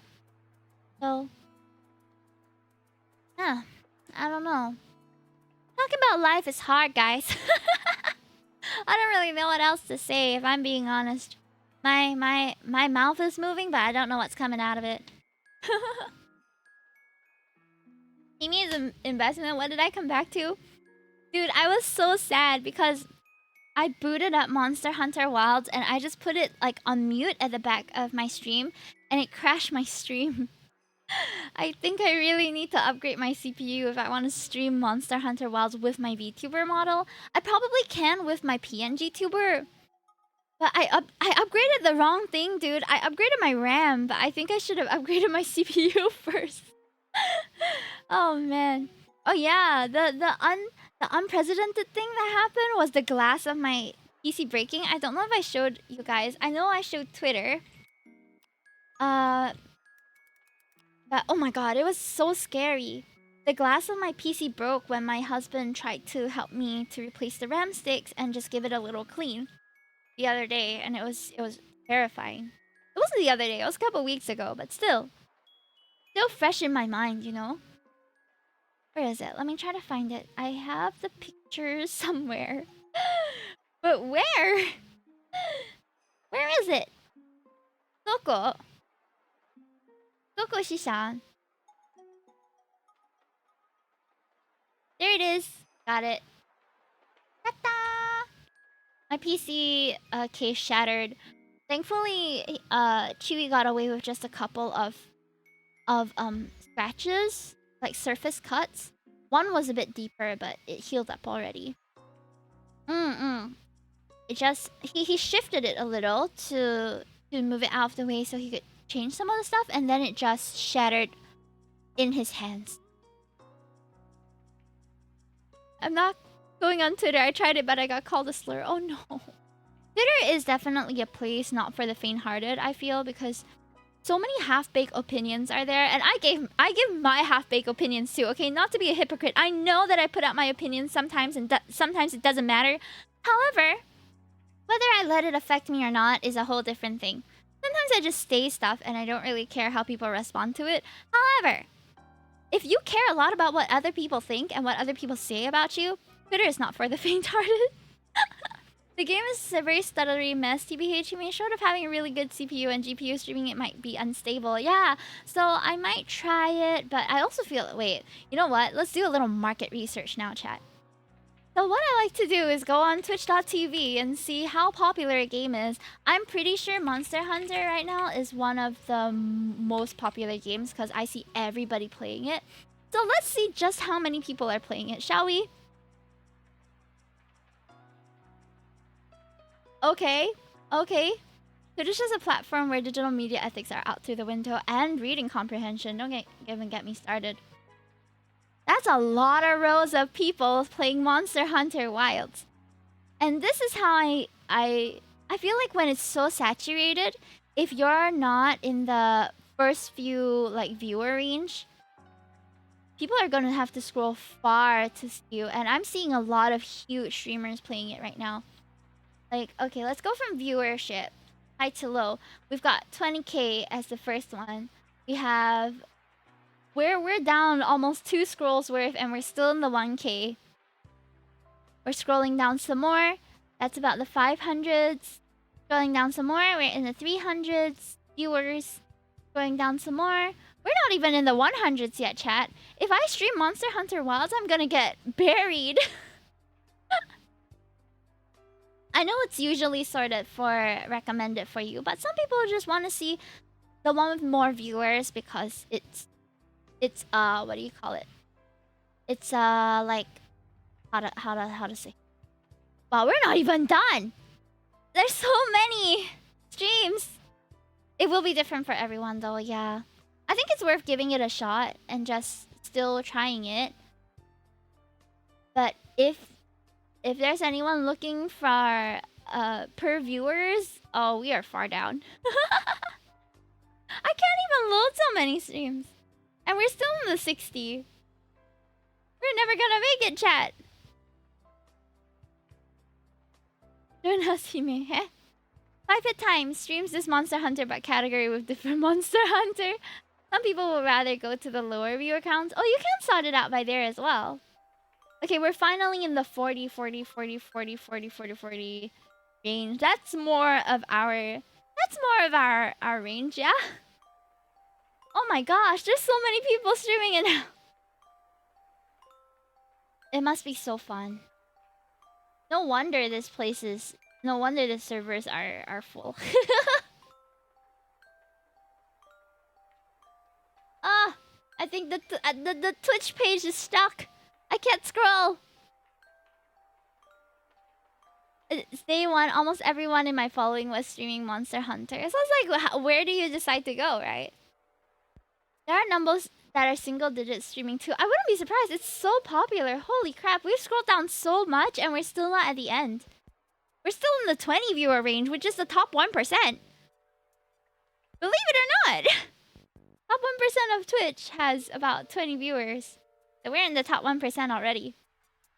Which is crazy to think about, right? Like how streaming has grown so much. Patty's Bear, hey!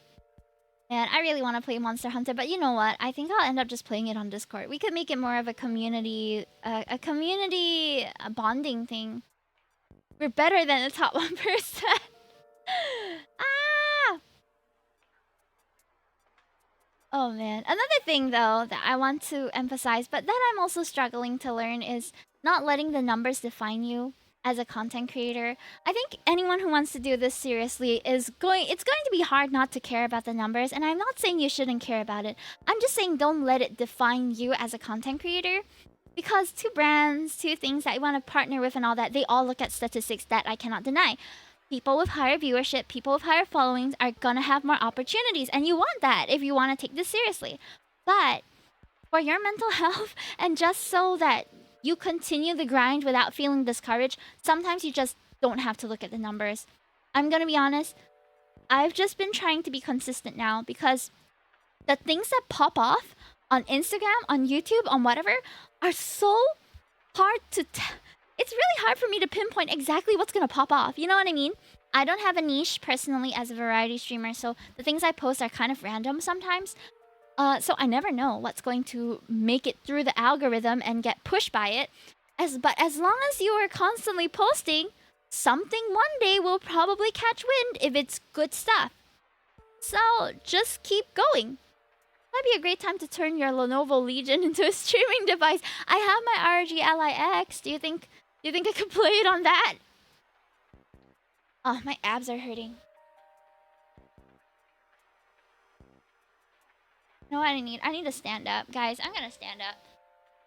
My thighs, my butt, and my abs are hurting so much because I have not been consistent exercising.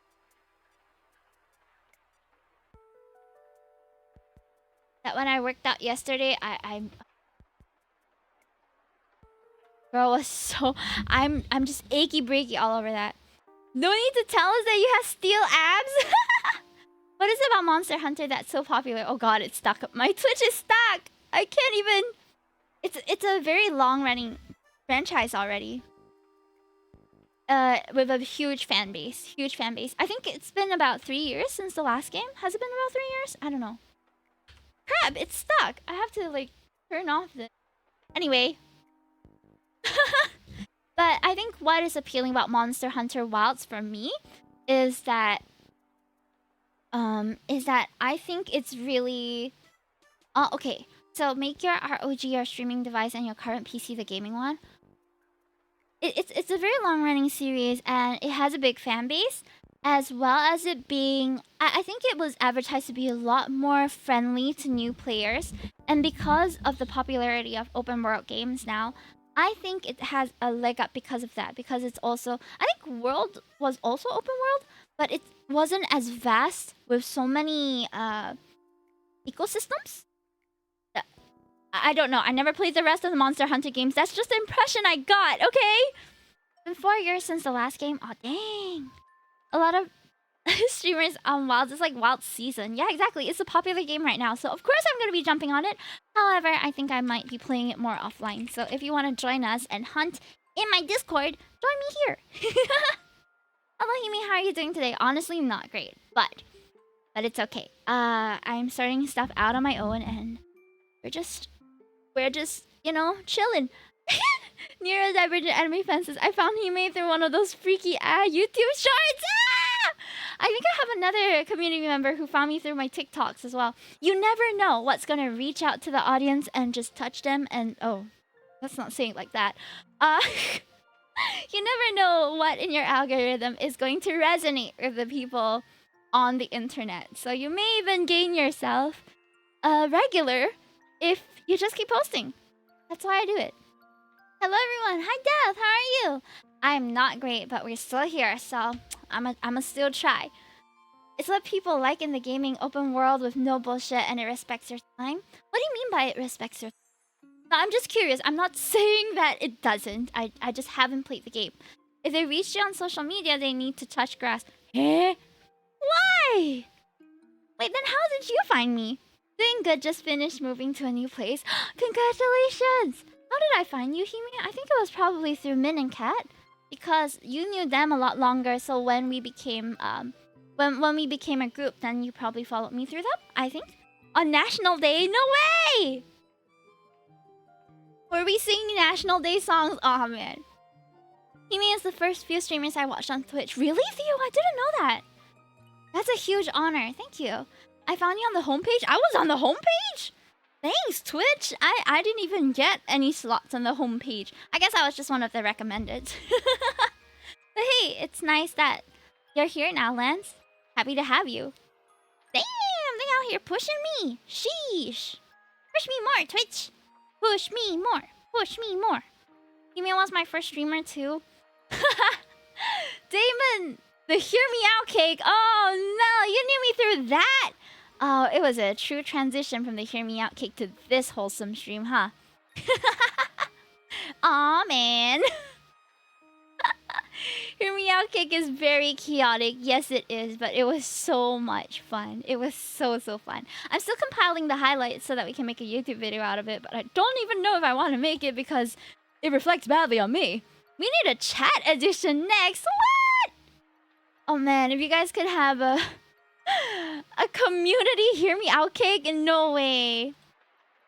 Basically, it's not Genshin. It doesn't do stupid microtransactions. It still has a sense of wonder and doesn't treat you like an idiot, I guess. Ah, okay.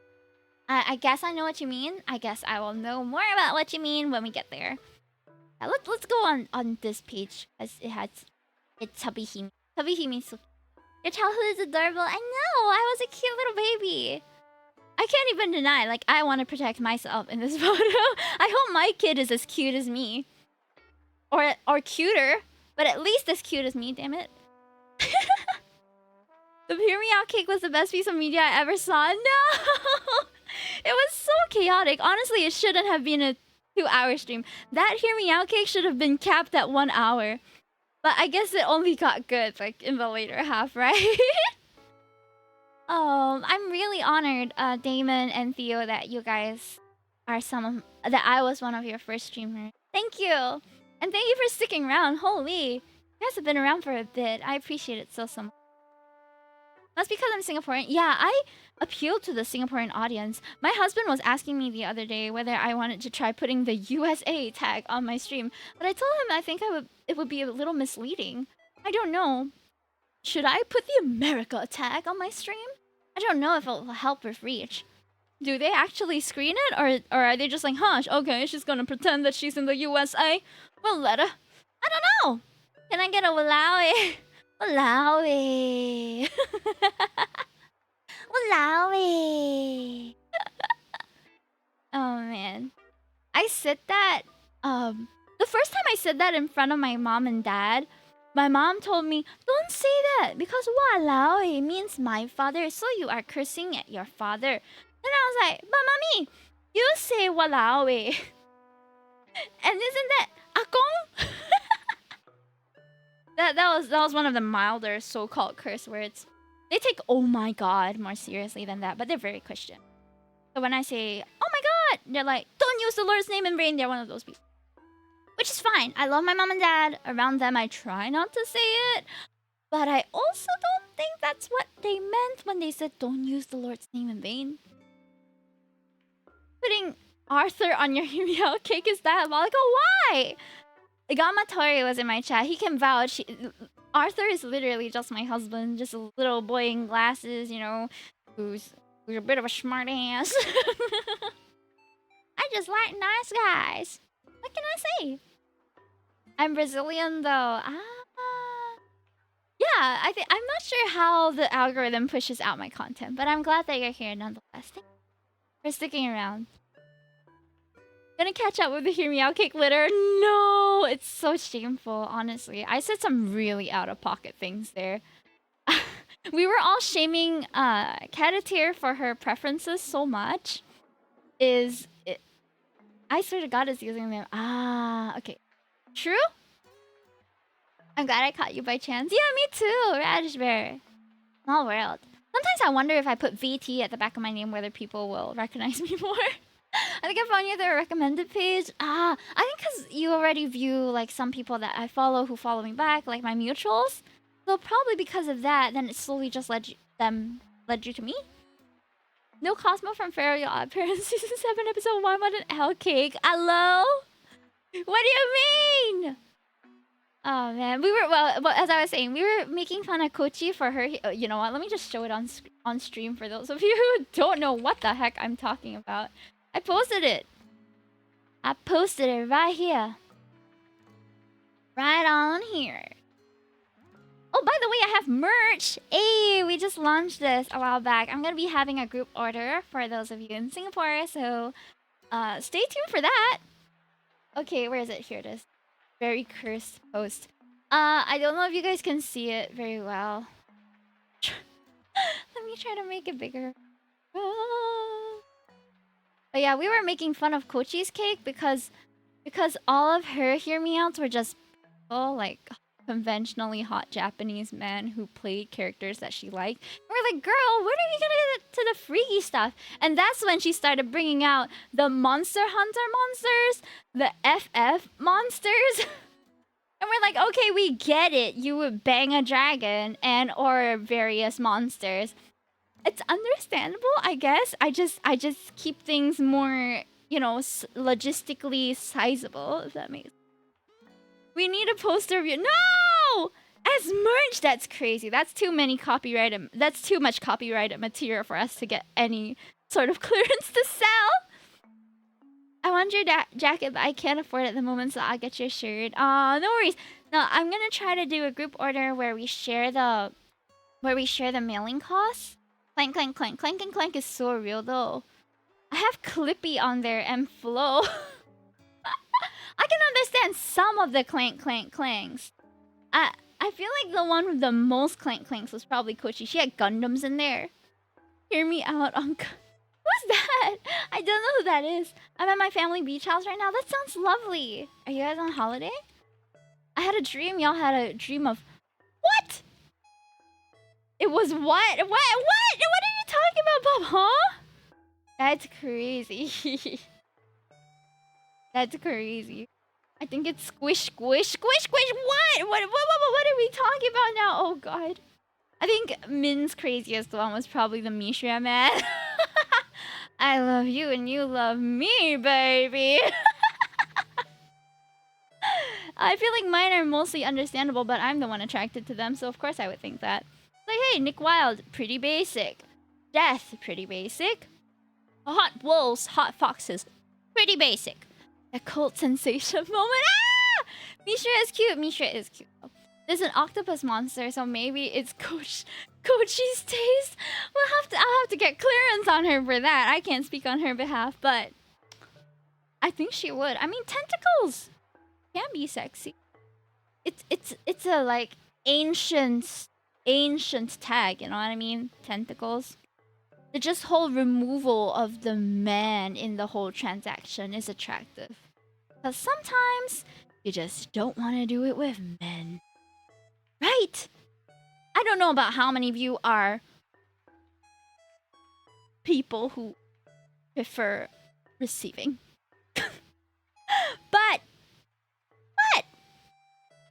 just taking out a lot of the okay, I don't know how to explain it, but when it comes to women, I think, and I use that term broadly, women, we like not having the man aspect of the transaction sometimes.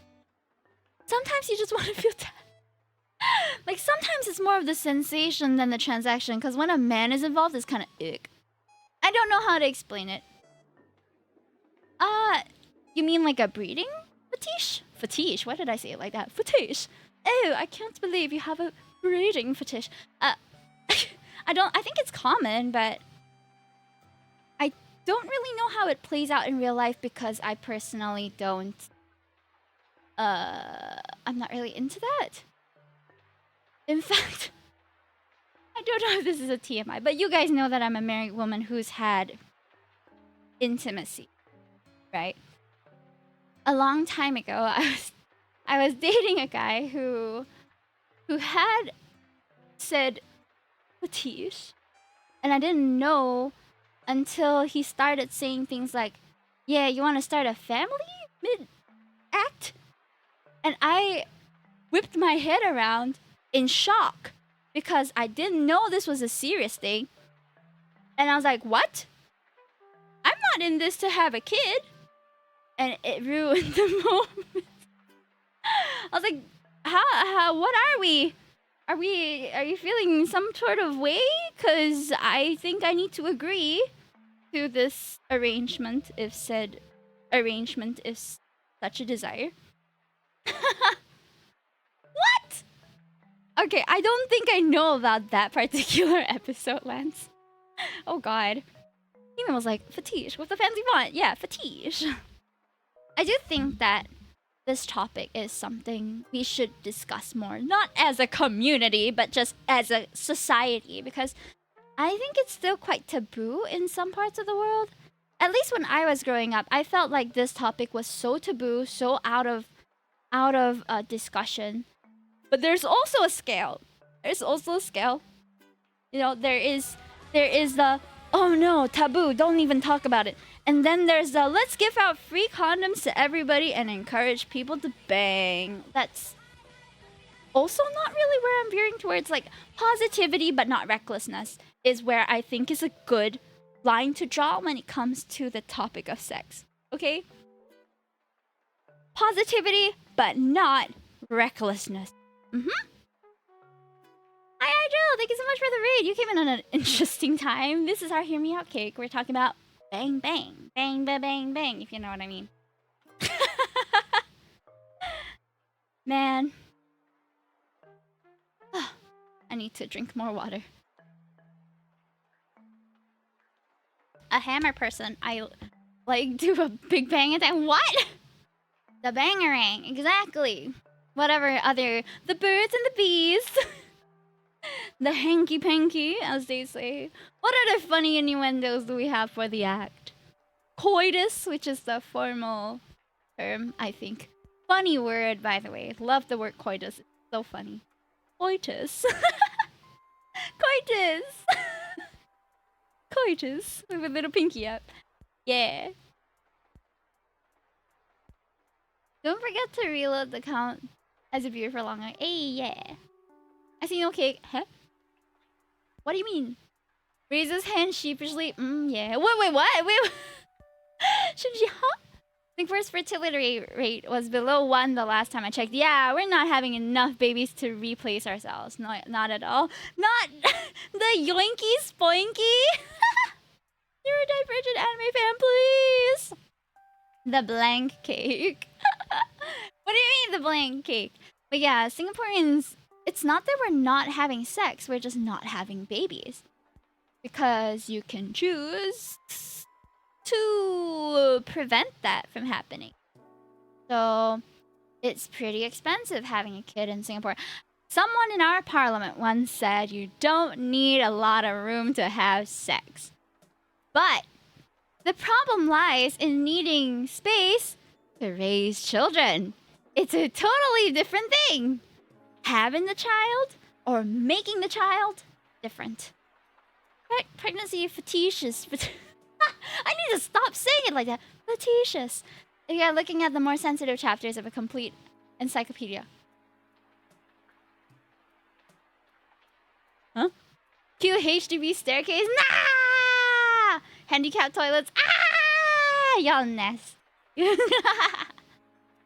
I wanna ask, but maybe too degen. Well, with my awful hear me out cake and Animal Crossing in the background, what could be better? Interesting topic, I know. Hi, Milk. Welcome in. I volunteer as tribute to solve the problem. That's problematic in and of itself. I once saw a documentary on a guy who was kind of like addicted to making more kids. So he was like an active donor, you know, and then he has like 400 children that he's fathered through surrogates and people who want to have kids. Like, I think, I don't know, is that like a life's calling or something? That's just crazy in my opinion. So many people be flapping, true. Who wants to get pregnant in May 2024? I think a lot of people are still wanting kids, just not very early. Bonk is informal British English for the word thing. Really? Minister of Small Space Joe Teo. Oh man. Classic politics in Singapore. New generation children are very what?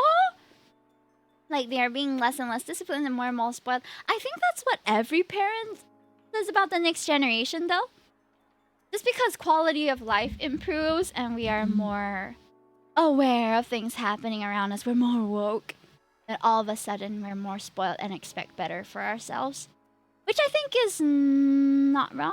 But I will say that I do see different mindsets. Parents are forgetting they are parents. I agree. Yeah, with the introduction of technology and all that, technology is not to sound like a baby boomer, but some tech and some media are ruining kids.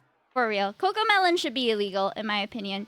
Children should not be given tablets. They should be at least minimum given something with buttons. Because they are coming to schools not knowing how to throw a ball or run properly because they just don't have the motor skills to do that because they've been raised on iPads. It's crazy. Some tech are ruining parents even. Yeah, tech is something that is very useful and very helpful in our day-to-day lives. But you need to still take care of what you have to take care for, you know? Do your exercise and all that. Don't get glued to the television all day. Cocomelon was made by yeah, it's crazy. I think Cocomelon should be illegal. I really do. I really do. I'm a kid, my kids. Oh man, Razor. Bob is informal. Boff? Bonk and Boff? The birds and the bees, the bonks and the boffs. So much so they can ruin future children. Oof. But it works both ways, don't you think? Like, I think with the introduction of technology, a lot of like parenting resources are more available now. But the downsides are certainly that we have to be careful about too. We need more YouTubers talking about this kind of stuff. I'm not actively talking about it. This just so happens to be, what do you call it? A just chatting stream, so we're just chatting. This is the kind of thing I would talk to my friends about. The number of people I see addicted to their phones while their children are addicted to tablets is sad. That's very true. That's very true. We need more VTubers talk about this kind of stuff. Bullseye Bob says some tech needs to be restricted. Take away the joystick from parents and take away the phones and tablets from babies. Or at minimum, give them a DS or something where they can hold the pen and press the buttons. You know, have some motor skills develop. Make Bluey great again. I think Bluey is one of the better cartoons, if I'm being honest. I'm just curious if everyone here, I want to share, what was your first fetish that awakened in you? I don't even know if I have one. I have things that I'm attracted to, but I don't have specific things I need in a transaction or in a piece of media to get me off. Does that make sense? I don't think I have a particular fetish. Fetish. Feet was my first. I think feet is a pretty common one. I haven't encountered a lot of people who are open about it, at least in my own circles, apart from Bob. But yeah. I'm gonna force them to watch Teletubbies and High Five. I feel like I'm gonna just turn off the Nico Nico here so that people don't see the word fetish like flying across the screen every 5 seconds. God. Swive. Are you looking this up as we go along, Theo? Swive. I'm learning so much today. The fruit of labor isn't the journey, but people think so. The fruit of labor... What are we? What are we on? Sorry. Lan said, if I become a parent, I hit them from time to time. Okay, Lance, but when you say that, I'll hit them from time to time if they piss me off to the point I can't take it anymore. That's a you problem. That's your failure to manage and regulate your emotions that causes you to want to hit the kid. It's not because the kid did anything necessarily to deserve that. So it's a little different when you phrase it like that. Looking at a thesaurus, oh god. Razor says, I'm gonna force them to watch Teletubbies and High Five. Disney movies, Little Mermaids. Ginger says, my kid will not watch YouTube. They will use a laptop that I personally curate shows for them to watch. Dang. Lance, we're not here to shame people for what they're into. We're not gonna yuck on people's yum unless it's harmful to others. Oh, I accidentally banned him. I just wanted to delete your message. Oops. I'm sorry. Some people would have banned you for that comment, but I apologize. Oops. It was accidental. It's the delete and the ban buttons are pretty close to each other. My bad. Welcome back. My mom swore over Old Sesame Street. I do like Old Sesame Street. Did he make fun of feet lovers? He said feet are gross. I almost said all of us have feet, but I realize now not everyone might have feet. So most of us know what it's like to have 2 feet. If you keep your feet clean, it's fine. I'm not personally into it, but I'm not here to yuck on people's yum if it's not harming anybody. I'll just read a lot in front of them. That's really sweet. Not gonna lie, I would be okay with my kids watching you. Really? Why? I feel like, okay, I started off a lot more family friendly when I was a younger streamer, and because I showed my face, I was a lot more aware of how digital footprint, you know? However, I have actually been wondering whether I should get back to being family friendly, but I also don't want to stop talking about mature topics. I think that if it's discussed in a respectful way, it's okay. Hi from YouTube. Hello, Aquis. Nice to see you on YouTube. By the way, guys, in case you get hit by an ad, you can hop over to YouTube. I don't judge people's fetishes as long as fetishes. God damn, I have to stop pronouncing it like that. Nobody says that way. As long as they know they can keep separate from real life and no harm, they know what they're doing. I agree with Patch here. I think when it comes to fantasy and fiction, separating real life and what harms people and not, you gotta be careful about that. But if you have certain fetishes that are problematic, you might want to look into it because it might be the root of a deeper problem. Most, I think, are just preferences and harmless. Some, problematic.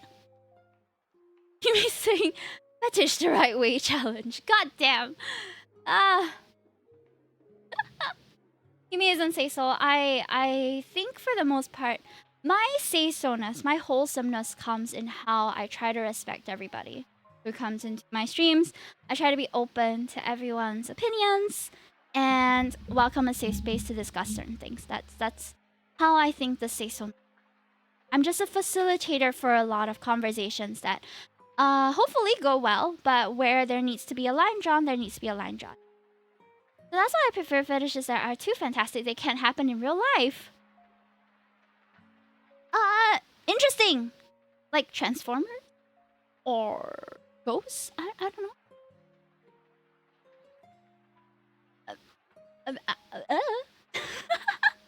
Also, Hime say so Hime at the same time. What? What do you mean? Yeah, I'm gonna take away the baby photos because it just doesn't feel right to speak of those unspeakable things in front of younger me. Hey, it's me, hi! Oh, that's interesting, Bob. That's crazy, too. At a phase where I wanted to befriend a ghost. Oh, no, not Optimus! God! I don't want to scare you, Hime. Who was your first cartoon crush? Good question. Who was my first cartoon crush? It's Hime. Oh. After all you've gone through, you're still you. My first crush on television? Probably Nathan from High Five. I don't remember mine. I don't really remember. I think it was Nathan from High Five. A human. No worries, no. Bum, bum, bum, bum, bum, bum. Sorry, I was checking my emails for a sec. Even though you said Big Bird. Well, yeah, I think Big Bird is a nice guy. Nathan's on there too, if you did not notice. He's also on my Hear Me Out cake. Which year of High Five? The first generation of High Five. He was just so, enthusiastic about everything they were doing. I was like, yeah, good vibes, Nate, yeah. Finally, mine was, I think, Marin Hawk from Gundam Seed. That's interesting. I don't think I've seen that character, but I don't watch Gundam. Merin. Oh, she's cute. She's cute. Okay, I have a crush on Toru. I figured that out. Hi, Ray. Welcome in. Thank you so much for the follow. Thank you, thank you. Dum, dum, dum, dum. I don't remember. Fair enough. Childhood crushes. I had a lot of childhood crushes. I think the strongest one was probably Drew from Pokemon. And Kirihiko from Hasumin. Bit of a niche, like, children's anime. I just thought he was really cool. I just really like cool green-haired anime boys. I don't know. Something about them. Rarity from My Little Pony. Oh. You're pretty young then. My Little Pony, like the modern one? What do you mean figured it out? You mentioned Toru a couple times on my streams already. Vaughn says, Jasmine from Deltora Quest. Who's that?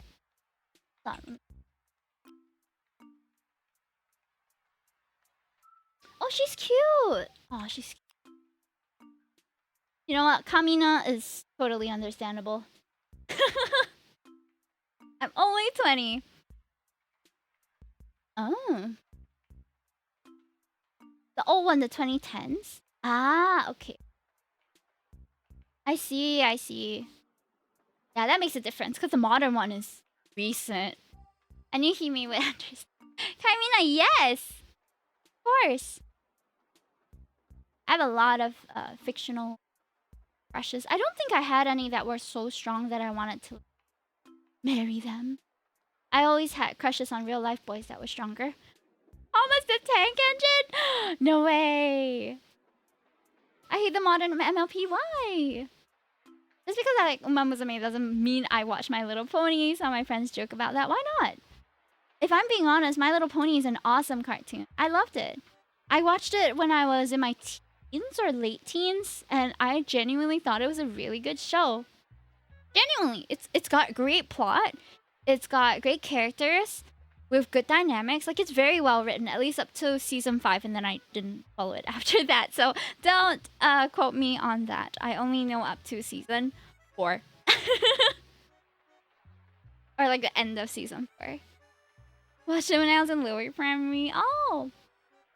Oh, okay, hold on. I have to. Which verse? Oh my goodness. I did watch, but I don't know why I didn't remember. Ah.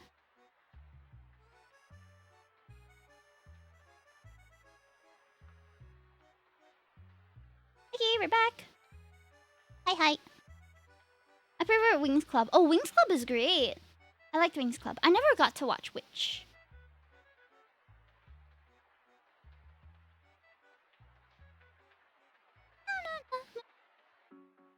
But everyone had a crush on Shigo. For real, Shigo is very attractive. I also really like Jinx from Teen Titans, but I like Robin and Beast Boy. Season 5 was cursed because of how they introduced Flutterheart?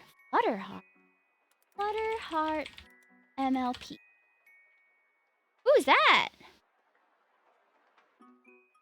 Oh, okay. Princess Cadence and Shining Armor's kid. Cute. He goes.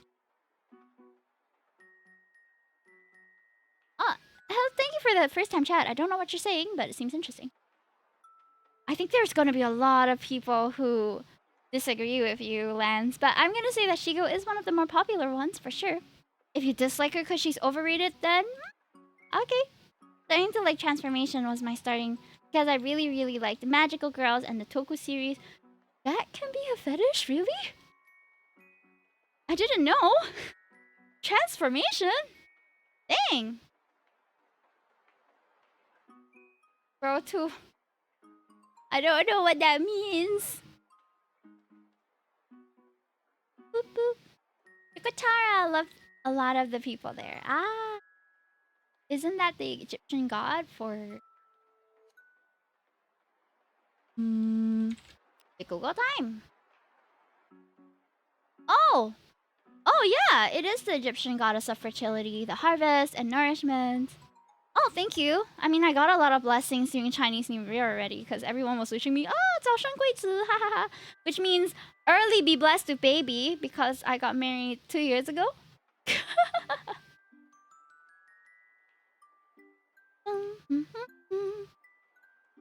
And it's okay. It's okay. There is? That's crazy, Patch. It's okay, Lance. You don't have to try and moderate my chat. It's fine. Don't want to jump back and forth. It's okay. Do you want to be blessed with a baby, though? I think it's good if I could have a baby, but I've never tried for one, so I don't even know if I'm optimally created to house a baby. You know what I mean? Because you never know. You really never know. A lot of my colleagues have have started to want children maybe in their mid 30s or their early 30s or late 20s, and then they discover that they or their partner are not really in the best condition to conceive. So they go through various treatments in order to conceive. It's like just because you want a baby doesn't mean you will get a baby. You know what I mean?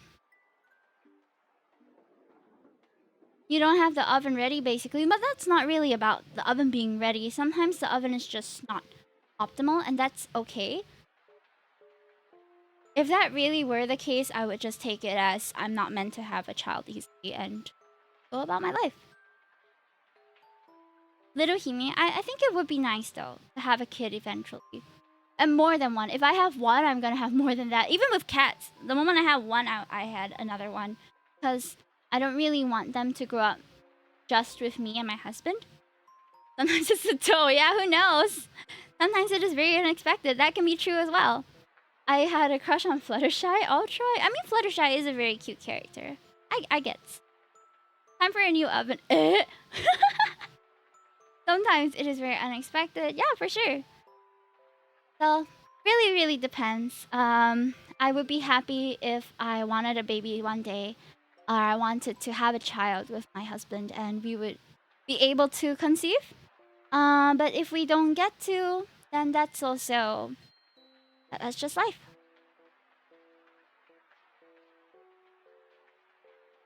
Hatch says, my friend's wife is pregnant, but her workplace is asked they use her probation to quickly fire her. She let them know that she was pregnant early on. Man. But still, that's messed up. Ducky says, the meme of he needs a friend. What if he gets bored? Just play it in my brain. There's a meme of that. Love says, I had a crush on Stalking, I remember. Miku. Those are pretty typical, I think. My friend was backtracking from when I was born to know when the day was done. I think a lot of people do that. But if you're born sometime in November, you know. The occasion was somewhere around Valentine's Day. I think someone gossiped and told the higher ups. Why would they do that? That's so shitty of them. Typical indeed. Probably why I forgot. Probably. I was born in October.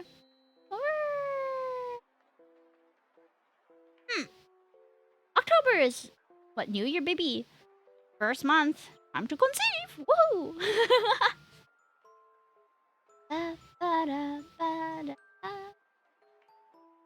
Oh, Twilight Sparkles baby breath. Wait, that was a boy? Oops, I shouldn't have assumed from their color. I like my month too. More chances of ang paos. She says, I can't remember if I had cartoon crushes, but I certainly wanted a romance that I saw in cartoons. I get that. I get that. Yeah. I remember. Who was it? Okay, Maid Sama is set unrealistic expectations for me, but Usui is perfect. Okay? No one can argue against that. He was perfect. A little creepily so, but yeah. Nice, my day is 19 and you're 95. Why did I say it like that? Oh no! Were you born in September? I was watching a comedian recently. I think his name is Jack Whitehall. And he was saying that his baby was due somewhere between the 10th of September and 11th. No. Between the 8th of September and the... Oh, wait. Yeah, 10th of September and 12th of September. Ah! Your 95 is not that old. Yeah, it's not. Not at all. Bingo, I'm born in September. And to be born on the same day as a tragedy, whether recent or old. Pick W. Not old, but southern. Southern. Oh, it's time already, guys. I have to end soon.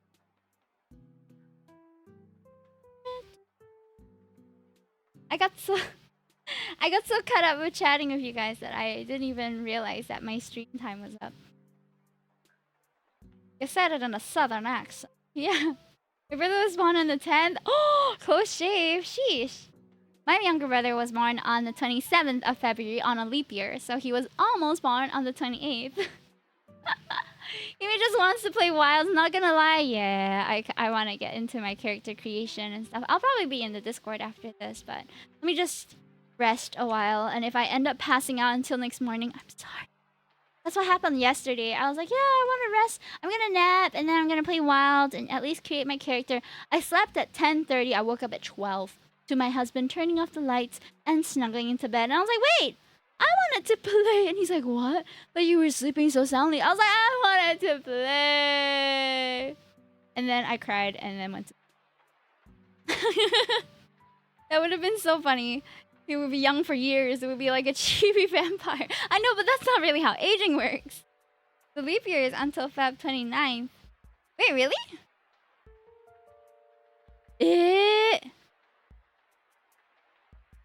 Oh, is it? Oh, yeah, you're right. I must have misremembered his birthday then. Whoops. Wait, let me look it up.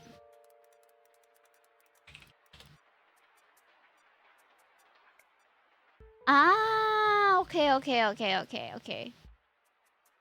Ah, it was not a... Wait. Ah, it was not a leap year. Okay, my bad. I always thought that if he was... Forgot your own brother's birthday? Yup. My bad. On paper... Would he? That's crazy. Vampire dreamer. Old on the inside, but young on the outside. That's why I still look like how I showed you in my pictures. Same. Nothing has changed. Brother's birthday is 4 years. 4 years.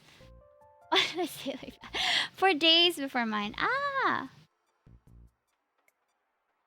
Different year, right? I always knew I'm a hag on the inside. Please. A hag. I was born a hag. I'm but a little old lady. But a little old lady. Ah, you guys might be.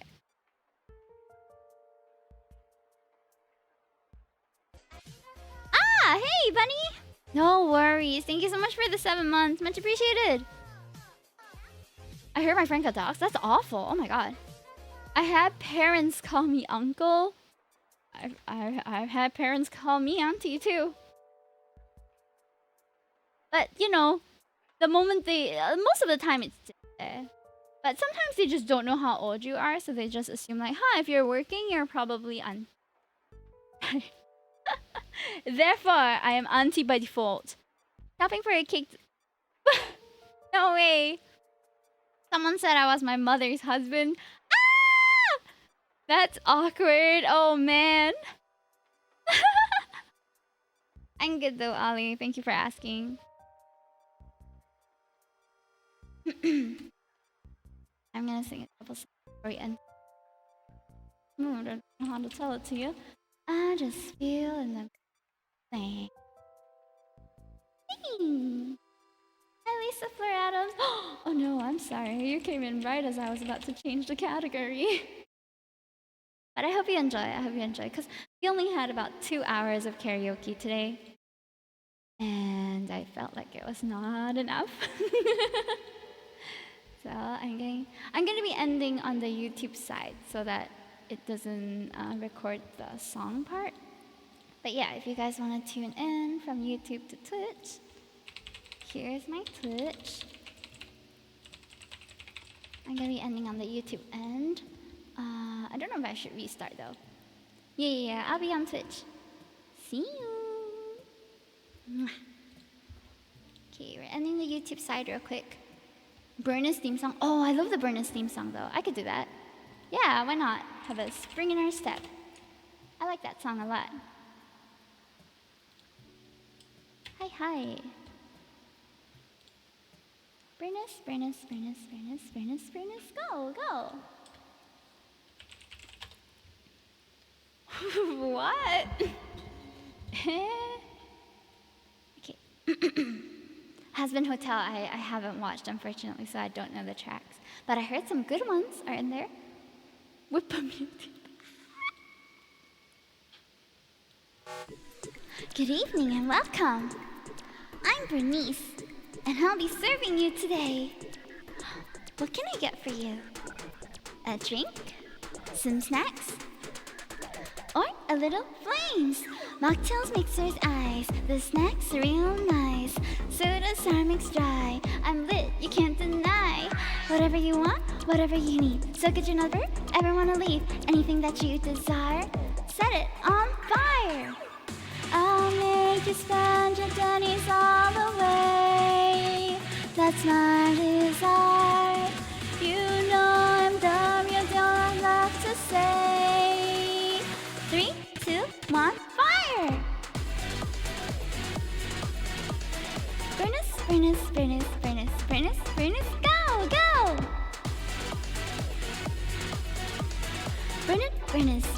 Furnace, or a little flames. Furnace, go!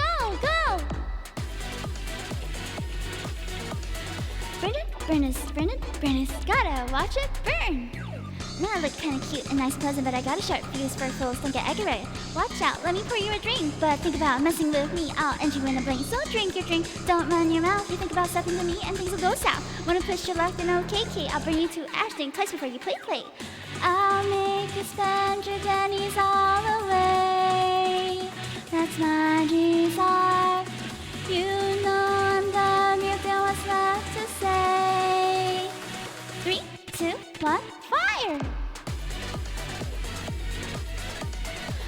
sprinters, sprinters, sprinters, sprinters, sprinters, go, go! Sprinters, sprinters, sprinters, sprinters are a little flames. Sprinters, sprinters, sprinters, sprinters, sprinters, sprinters, go, go! Sprinters, sprinters, sprinters, sprinters, gotta watch it burn! Ah, great song, great song.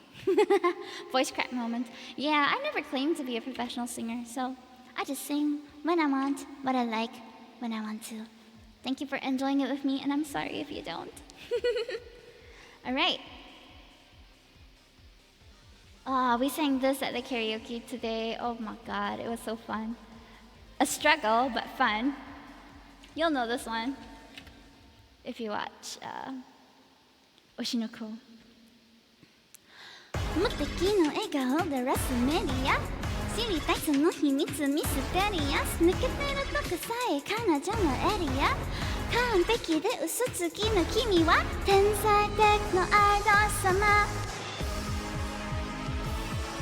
今日何食べた好きな方は遊びに行くならどこに行くよ何を食べたいないそれないしょ何は聞かれてものらりくらりそう淡々とだけど淡々とまあそら見えない蜜は蜜の味あれもないないないこれもないないない好きなタイプを愛でさ答えて誰かを好きになることなんで私わからなくてさ嘘か本当か知りないその言葉にまた引き落ちるまた好きにさせる誰も目奪われてく君は完璧で究極の愛の金輪際現れない一万字のお前代わりその笑顔で愛してるで誰も彼も虜にしていくその瞳がその言葉が嘘でもそれは完全な愛 Thank you はいはいあの子は特別です我々は花からおまけですお星様の光って役 B です全てがあの子なわけね散らかされでなんてないわけがないこれはなぜじゃないからこそ許さない完璧じゃない君が許さない自分は許さない誰よりのそういう君はある認めがない誰もが信じあふれてるまさに最強で無敵の愛のジャケット名前足らない一番星を宿してる Oh どこなんでね筋で飯がたくないどこも見せずに言う沈みなきゃじゃいやいやそれこそ本物の愛得意の笑顔でワックスメディア隠しきるこの秘密だけは愛してるって嘘ですねキャリアこれこそ私なりの愛だ流れる明日も栗をアクアルービーを隠したこのまぶた歌い踊り舞う私はマリアそう嘘はとびきるの愛だ誰かないさらとも誰かのこと愛したこともないそんな私の嘘がいつか本当になること信じてるいつかきっと全部手に入れる私はそう欲張りの愛だと信頼でみんなのことちゃんと愛したいから今日も嘘はつけのこの言葉がいつかのになるにも願ってそれでもまだ君のだけはイエスに来たけどあやっと言ったこれは絶対嘘じゃない愛してる Thank you so much for the 100 bits! Oh my god, I was barking half the song because of that. Thank you, Charlie Exists. Thank you, thank you! For the first time chat as well. Shooting straight to the first on the leaderboard. Yippee! Thank you, thank you! I love Aidoru. It's such a good song. So hard to sing though, but so fun. I like it a lot too. Okay.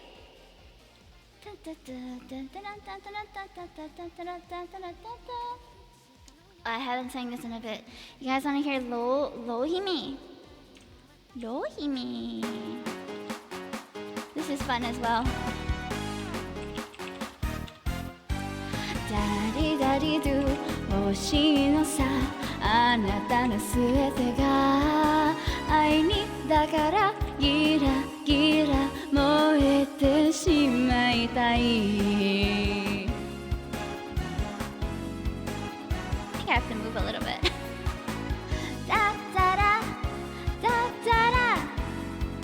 Yeah, I love this song 変わげないキスでワン、ツー、スリー目線そらしてずらいよねほたり出す僕の気持ちもてあそぼうみたいでおかきけちゃダメなのはわかってるでも無理さ一度踏み出せば戻れなくて我慢は抜け捨てていけない言葉で遊びがマジになる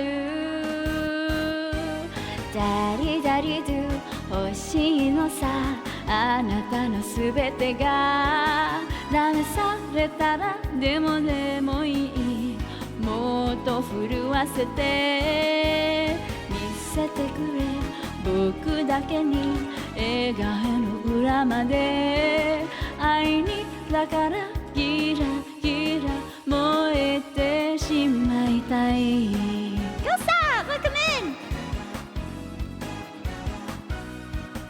受注などしないの二度と会えない人だから9回にくれるのなら恋の日に焼かれたいわざとでしょ流し目が愛さを刺激するそっと振り返るすかさない心はつかまれて呼吸の止まって遊びがマジになるダリダリドゥぶつけたい思いのすべてを綺麗なものだけじゃなくて危険な願いも止めなだえその声が僕を連れて行く愛にだからギラ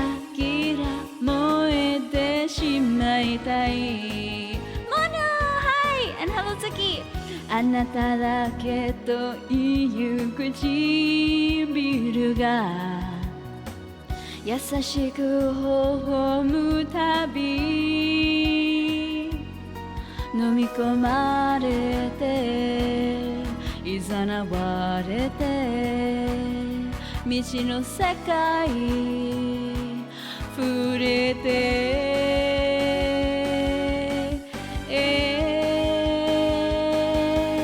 ダリダリドゥ最後まであなたに委ねて変われるならそれでもいいもっと狂わせて見せてくれ僕だけに心の奥まで愛にだからキラキラ燃えたい命張ってる夜明けまで Thank you so much for the follow Welcome Mono, welcome Victor Welcome Brad Nice to see you guys Oh my god, so many of my regulars and friends are here And Tsuki, hi Kura Kura, I don't think I know that one though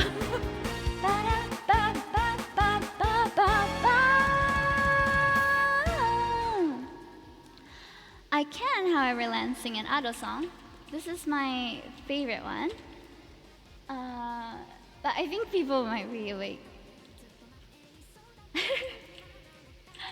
I think people are numb to me singing this already, but I still really enjoy it. Oh man. I hope you guys never get bored of this though, because I really like this one. At least Ado's version. Snake Eater, oh my god, Snake Eater. We should do that one too. New Genesis, oh yeah, I haven't sang that one in a bit. Gamma, thank you for the 51 months! 誰か遠い遠い昔まられてくれた人が欲しい人が欲しいと叫ぶ呪いの首は怒らないでも捨てないでどこも行かないで強く締める墓まで締める人がいないいないと一世一石でしょねえねえ行こうでしょ可愛い子でしょねえねえ行こうでしょ苦しいね愛して愛して愛してもっともっと愛して愛して苦しいほどに苦しい苦しい呪縛を解いて解いてね止められない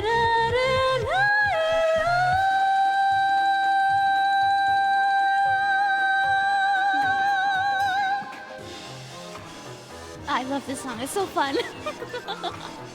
I'm gonna see Ado when she comes to Singapore. I'm super duper hyped, guys. I'm gonna buy a light stick just for that voice crack moment, thank you. Are you trying to shame me, Lance? I told you I'm not a professional. Cheeky, cheeky man. Can you clip me when I sound awesome too?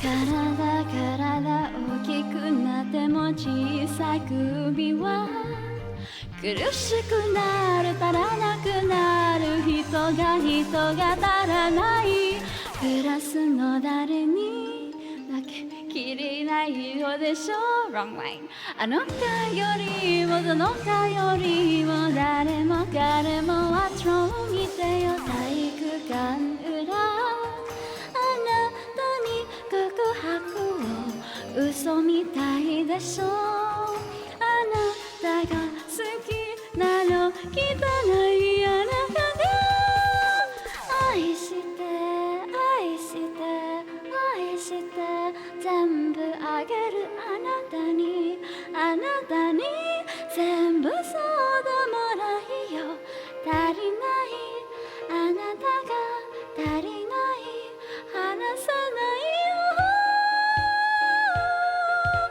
ごめんないさえ愛して愛して愛してもっともっと愛して愛して苦しいほどに苦しい離さない苦しいもっともっとね幸せなの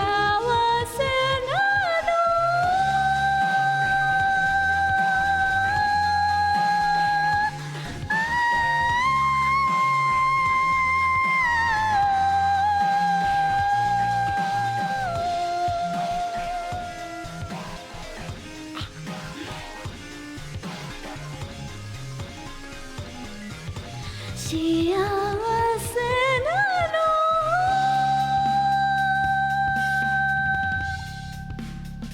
Ah, that was fun. I love that song. It's been a number of karaoke streams since I sang that one. Thank you so much.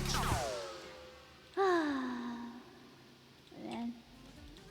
I can do another idol song since we're gonna see her in May. Oh my god, I'm so excited. I don't think I know that one. I'm sorry. What is it? Do we have a more chill one? Ado.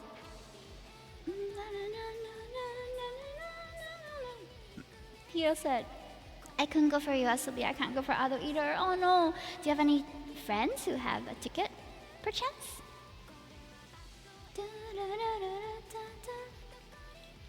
I think we can sing this one. It's a bit more chill though. It's a lot more chill actually. Oh, I should change back to my princess outfit because I don't think I should sing this one with a racy outfit on. Oh, I think I haven't listened to any of their songs yet. New things. Kura kura. どうしてあの日遊んだ海の匂いはどうして過ぎる季節に消えたしまうのまた同じ歌を歌うたびあなたを誘うでしょう。信じられる信じられるあの星明かりを海の広さを信じられる信じられるがい朝を待つこの羽に吹く追い風のいざなう空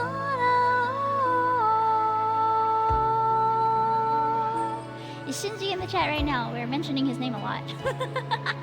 Shinji, Shinji, Shinji, guide us!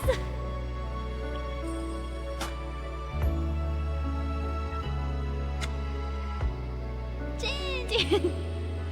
どうして変わることなく見えた笑顔はどうして寄せる波に隠れてしまうのまた同じ歌を歌うたびあなたを思うでしょう信じてみる信じてみるこの道の果てで手を振る君を信じてみる信じてみるんだこの歌は私の歌とやがて会う君の呼ぶ声と信じられるあの星明かりを海の広さを信じてみる信じられる夢の続きでまた会いましょう暁の輝くように信じられるあの星明かりを海の広さを信じられる信じられる夢の続きで共に生きよう暁の輝くように Aw, Theo, that's really kind of you. I just sing for fun. But I feel like I'm definitely singing better than I used to. So, practice! Yeah. Not active, but practice!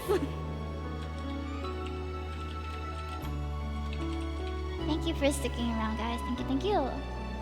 We'll probably end maybe 10:50, 10 to 11. Can you sing a Clannad song? Dango, dango, dango, dango, dango, something like that. That would put people to sleep, though. You know what I had in mind for what's next, actually? Oh man, I had something else in mind. I hope you don't mind.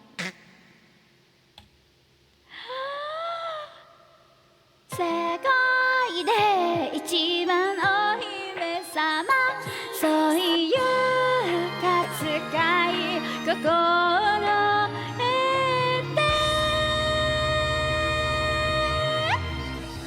てよね Voice cracks will be acceptable for this one. パンパン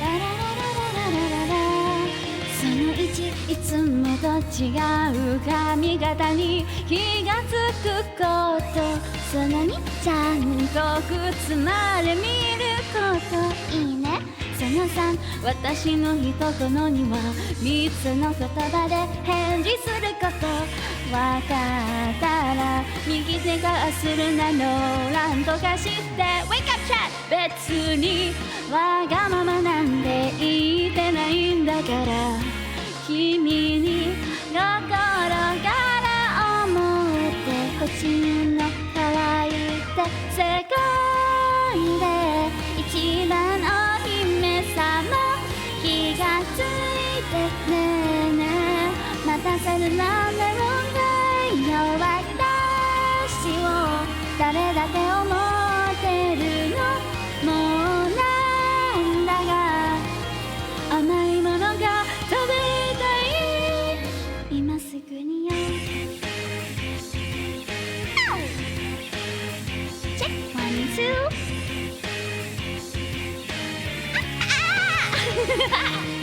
欠点怖いの間違いでしょ僕は許しませんのあのね私の話ちゃんと聞いてるちょっとあそれとね白い王様さん決まってるでしょ迎えに来てわかったら数ついて手を取ってお姫様って別にわがままなんて言ってないんだからでもね少しくらい叱ってくれたっていいのよ世界で私だけの王子様気がついたほらほらお手手が開いてます向こう口で不愛想な王子様もうどうして気がつきてよ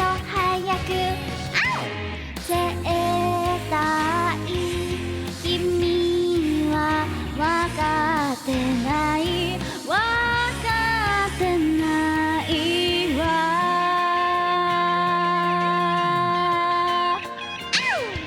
いちごの乗ったショートケーキこだわり卵のとろけるプリンみんな我慢しますわがままな子だと思わないです私はやればできるもの後で後悔するわよ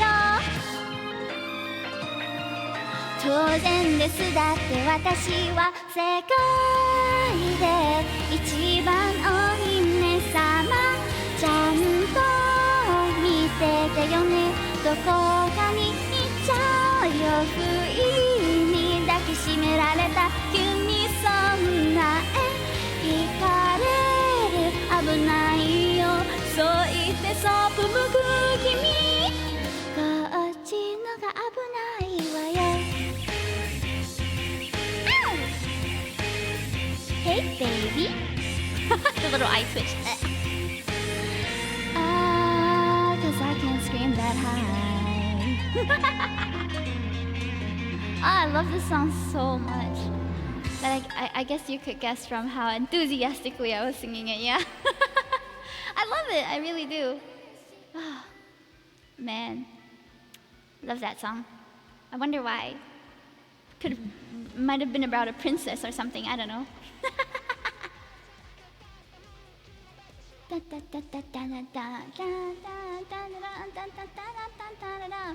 Wolfie, can we get a shout out for Wolfie, please?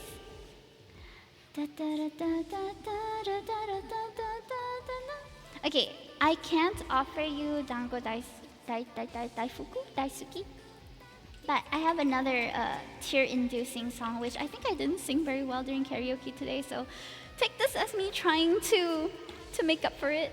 But it's a classic too. I think you'll know this one. This is for you, Lance. I hope it makes you cry as well. If it doesn't, I'm sorry. It's okay. It's alright. I'm here to make you smile, not to make you cry. But if you cry, tell me about it. I wanna know.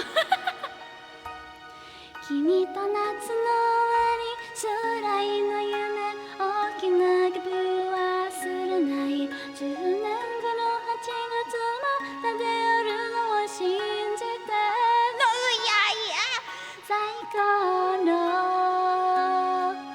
思い出を No, now I really want to do the ooey ai cover, man. We're gonna ruin the vibes, guys. Ooey ai ooh ah ooey ah ooey ah うあうあい声かけてくれたのいっそに帰ろうごめん僕は照れくさそうに不安な顔を隠しながら本当はとてもなって嬉しかったよういあういあういあういあういああういあういあういあういあう Man 嬉しくて楽しくて冒険もいろいろしたね二人の秘密の基地の中 You got it in my system again 君と夏の終わり将来の夢大きな希望忘れない10年後の8月まであるのを信じて君が最後まで心からありがとう叫んだったことを知ってたよ涙をこらえて笑顔でさよなら切ないよね最後の思い出をねああ夏休みもあと少しで終わっちゃうからああ太陽と好き仲良くして悲しくて寂しくて No more ういあい guys いろいろしたね二人の秘密の基地の中君が最後まで心からありがとう叫んだったこと知ってたよ That's a lie, I don't follow the bot message I'm not live there anymore 切ないよね最後の思い出を突然もの天候でどうしようのなく手紙書くよ電話もするよ忘れないでね僕のことをいつまでも二人の基地の中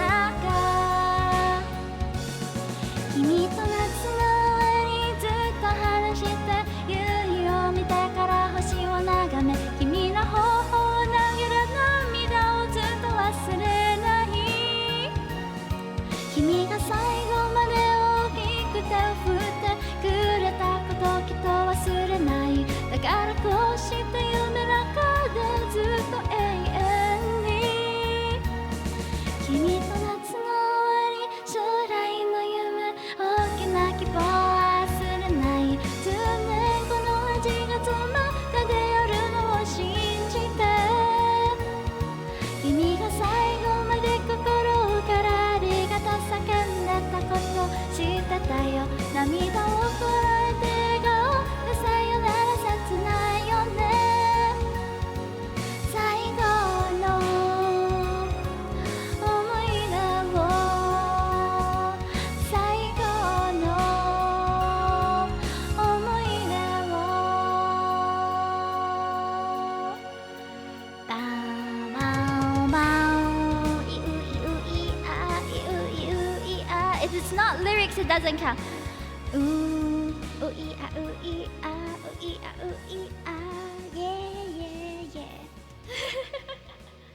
Ah that was fun Okay It is currently 10:49 I'll be stopping at 11 so we have maybe about 3 more songs left Thank you once again for joining me. I hope you guys are having a fun time. I'm trying to find songs that are fun for everybody. Oh, I just put my foot on my chair thinking, what is that?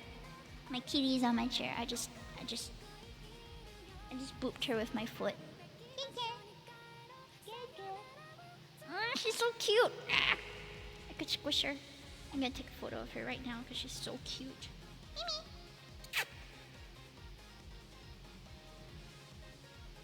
Kitty. She's adorable. Oh, by the way, if you haven't met my cats, here's my cats command. Thanks for the fun. No problem. Not at all.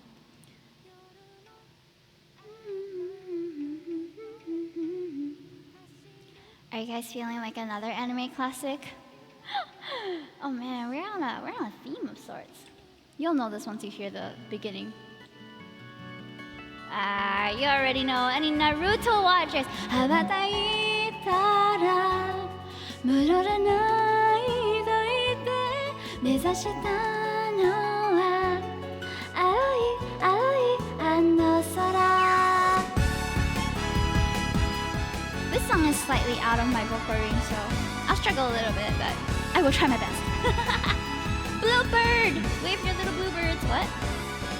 悲しみはまだ覚れらず切なさ今掴み始めたあなたへと砕くこの感情も今言葉に変わっていく未知なる世界の夢から目覚めてこの花を広げ飛び立つ羽ばたいたら戻らないと言って目指したのは白い白いあの雲突き抜けたら見つからとして振り切るほど青い青いあの空青い青いあの空青い青いあの空 The lesson here is the takeaway. If you want to feel epic while playing Monhan, put me in the background. 愛想尽きたような音で錆びれた古い窓は壊れた見飽きたカゴはほら捨てていく振り返ることはもうない高鳴るこのに補給を預けてこの窓を蹴って飛び立つかがだしたら手でできると言ってあざなうのは遠い遠いあの声眩しすぎたあなたの手も握って求めるほど青い青いあの空 Yeah! Who's mod hunting right now? Put me in the background and you feel like a protagonist in a ninja anime, maybe. Wonder which one. 落ちていくと分かっていたそれでも光を続けていくよ羽ばたいたら戻らないと言って探したのは白い白いあの雲突き抜けたら見つかるとして振り切るほど Fashion Hunt Oh, what's that? あの空青い青いあの空青い青いあの空 What is passion hunting? I need to know those terms if I'm gonna mon hunt tonight. Yeah.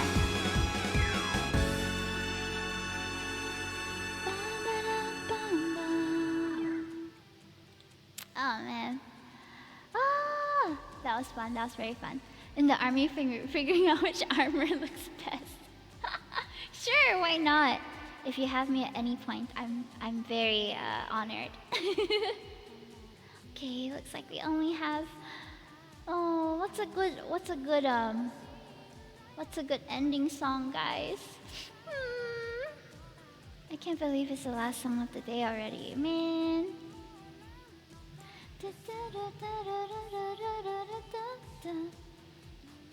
I feel like I want to end on an epic note. I'm eeping after the last song. Fair enough. I'm like not sure whether to do Kuranashi. It sounds very painful, so as you're getting hit in Monster Hunter, you can sing this song. It sounds so stupid, but it's true. Ready? This will be our closing song for today. Kuranashi. Let's go. ねもしもすべて投げ捨てられたら笑って生きることが楽になるのまた胸が痛くなるからもう何も言わないでよ No, there's some angst, there's some screaming. It's just like Monster Hunter.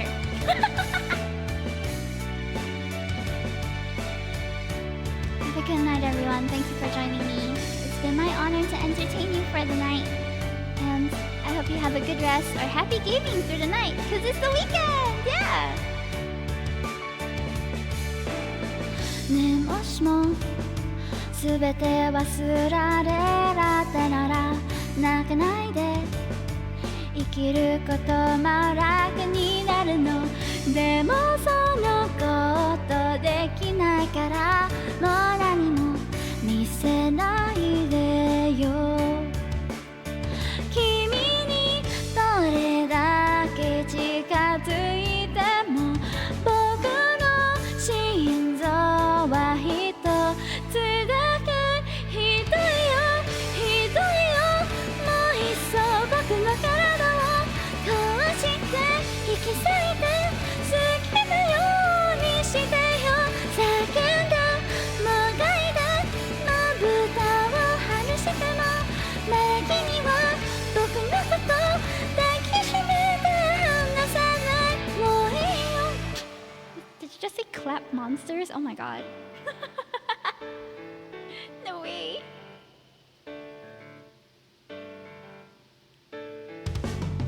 ねもしも僕の願いが顔なら君と同じものが欲しいんだでも僕には存在しないからじゃあせめてここに来てよ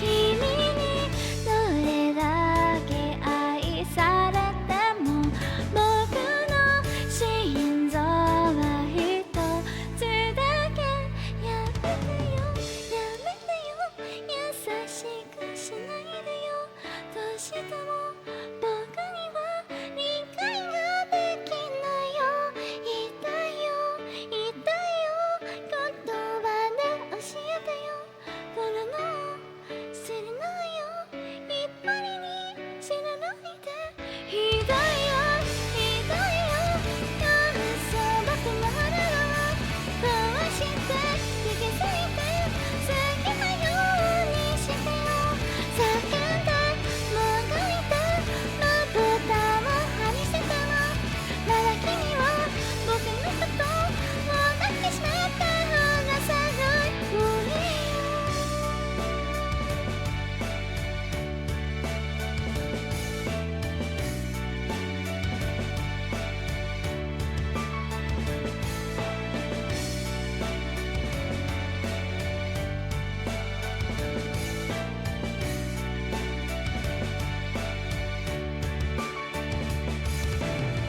ねえもしも僕に心があるならどうやってそれを見つければいいの少し微笑んだ君が言うそれはねそこにあるよ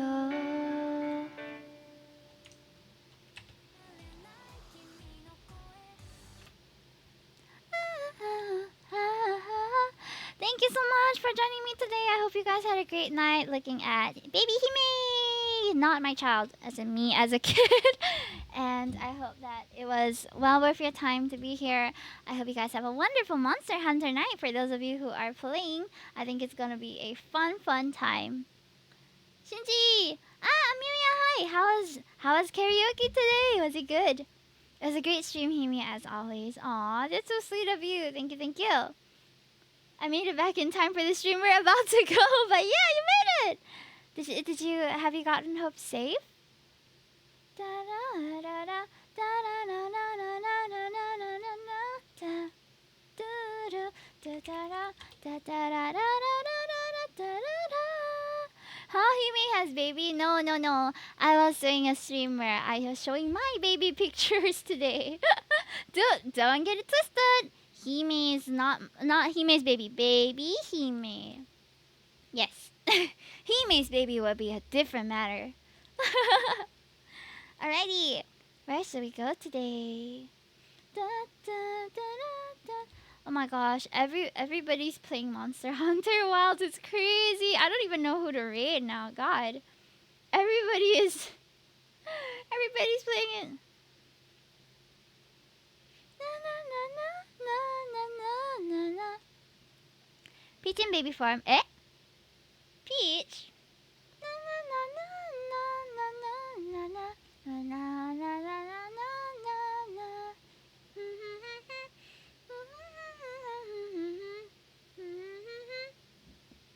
Oh man, I literally don't know who to rate. There's just so many people playing the same game. It's giving me choice paralysis, guys. I don't know where to go. Oh no. Minasan, even if we have a poll today, it'll just be Monhan 1, Monhan 2, Monhan 3, Monhan 4. What is your favorite number, guys? From 1 to 3. If you want Rex, I can Rex. That's not. What are they streaming? Just choose the horn players. Hunting horn. Is that gonna be me? Uh oh. Uh oh. 2. Anyone else? 2. Phasmo Art. Ah. Phasmo. Ito. I haven't seen a Phasmo stream in a while. For me. La la. It's the Bard. 3, 2, 3. Marvel Rivals. Guys. Today is a hard day. I don't know where to go. Ah! Crap! Where do we go? Oh man! Oh man! Oh man! I don't know where to send you guys, guys. Ah. Hold on. I have a friend who is right now streaming, just chatting, which is what we did. Her oh my god, her stream is titled I'm all over the place today and I relate to that. So I'm gonna okay. Yeah, we I think I rated accidentally very recently though. But we can give a shout out to Skyzel. I'm gonna be rating Risa-san. Risa, I haven't rated her in a while, but she's taking, I think, a personality quiz, and her title is exactly how I'm feeling. I'm all over the place today. So I think, yeah, we're gonna go and read Risa. But thank you so much for coming in today. I'm so honored that you guys spent your time with me. If you want to Monhan with me, I'm gonna be in the VC later playing. So come and join our Discord if you want to join in.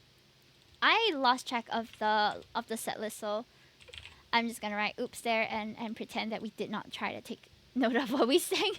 I got too into it. Whoop. Okay. It's still saved to my clipboard. Oh, you're amazing. I'll see you guys around. Thank you so much. I haven't planned my streams for next week, but it's probably I'm gonna try to stream Monster Hunter. I don't know. Gonna try. It's crazy.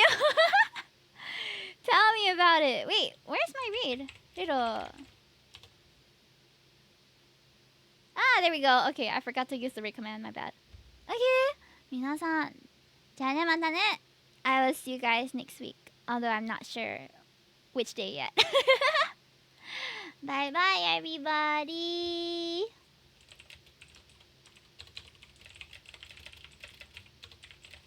Good night, Himisu. Good night, Daryl. Good night, Amelia. Good night, Theo. Good night, Shinji. Good night, Bob. Good night, Rika, Erika. Good night, Troy. Good night, Who else is in here? Gamatari! Damon! Good night, everybody. See you. Miss Amelia! 知りたいことの耳の見つめりやモテキのどこさえ彼女の笑みや完璧なく職人と君は Okay, bye!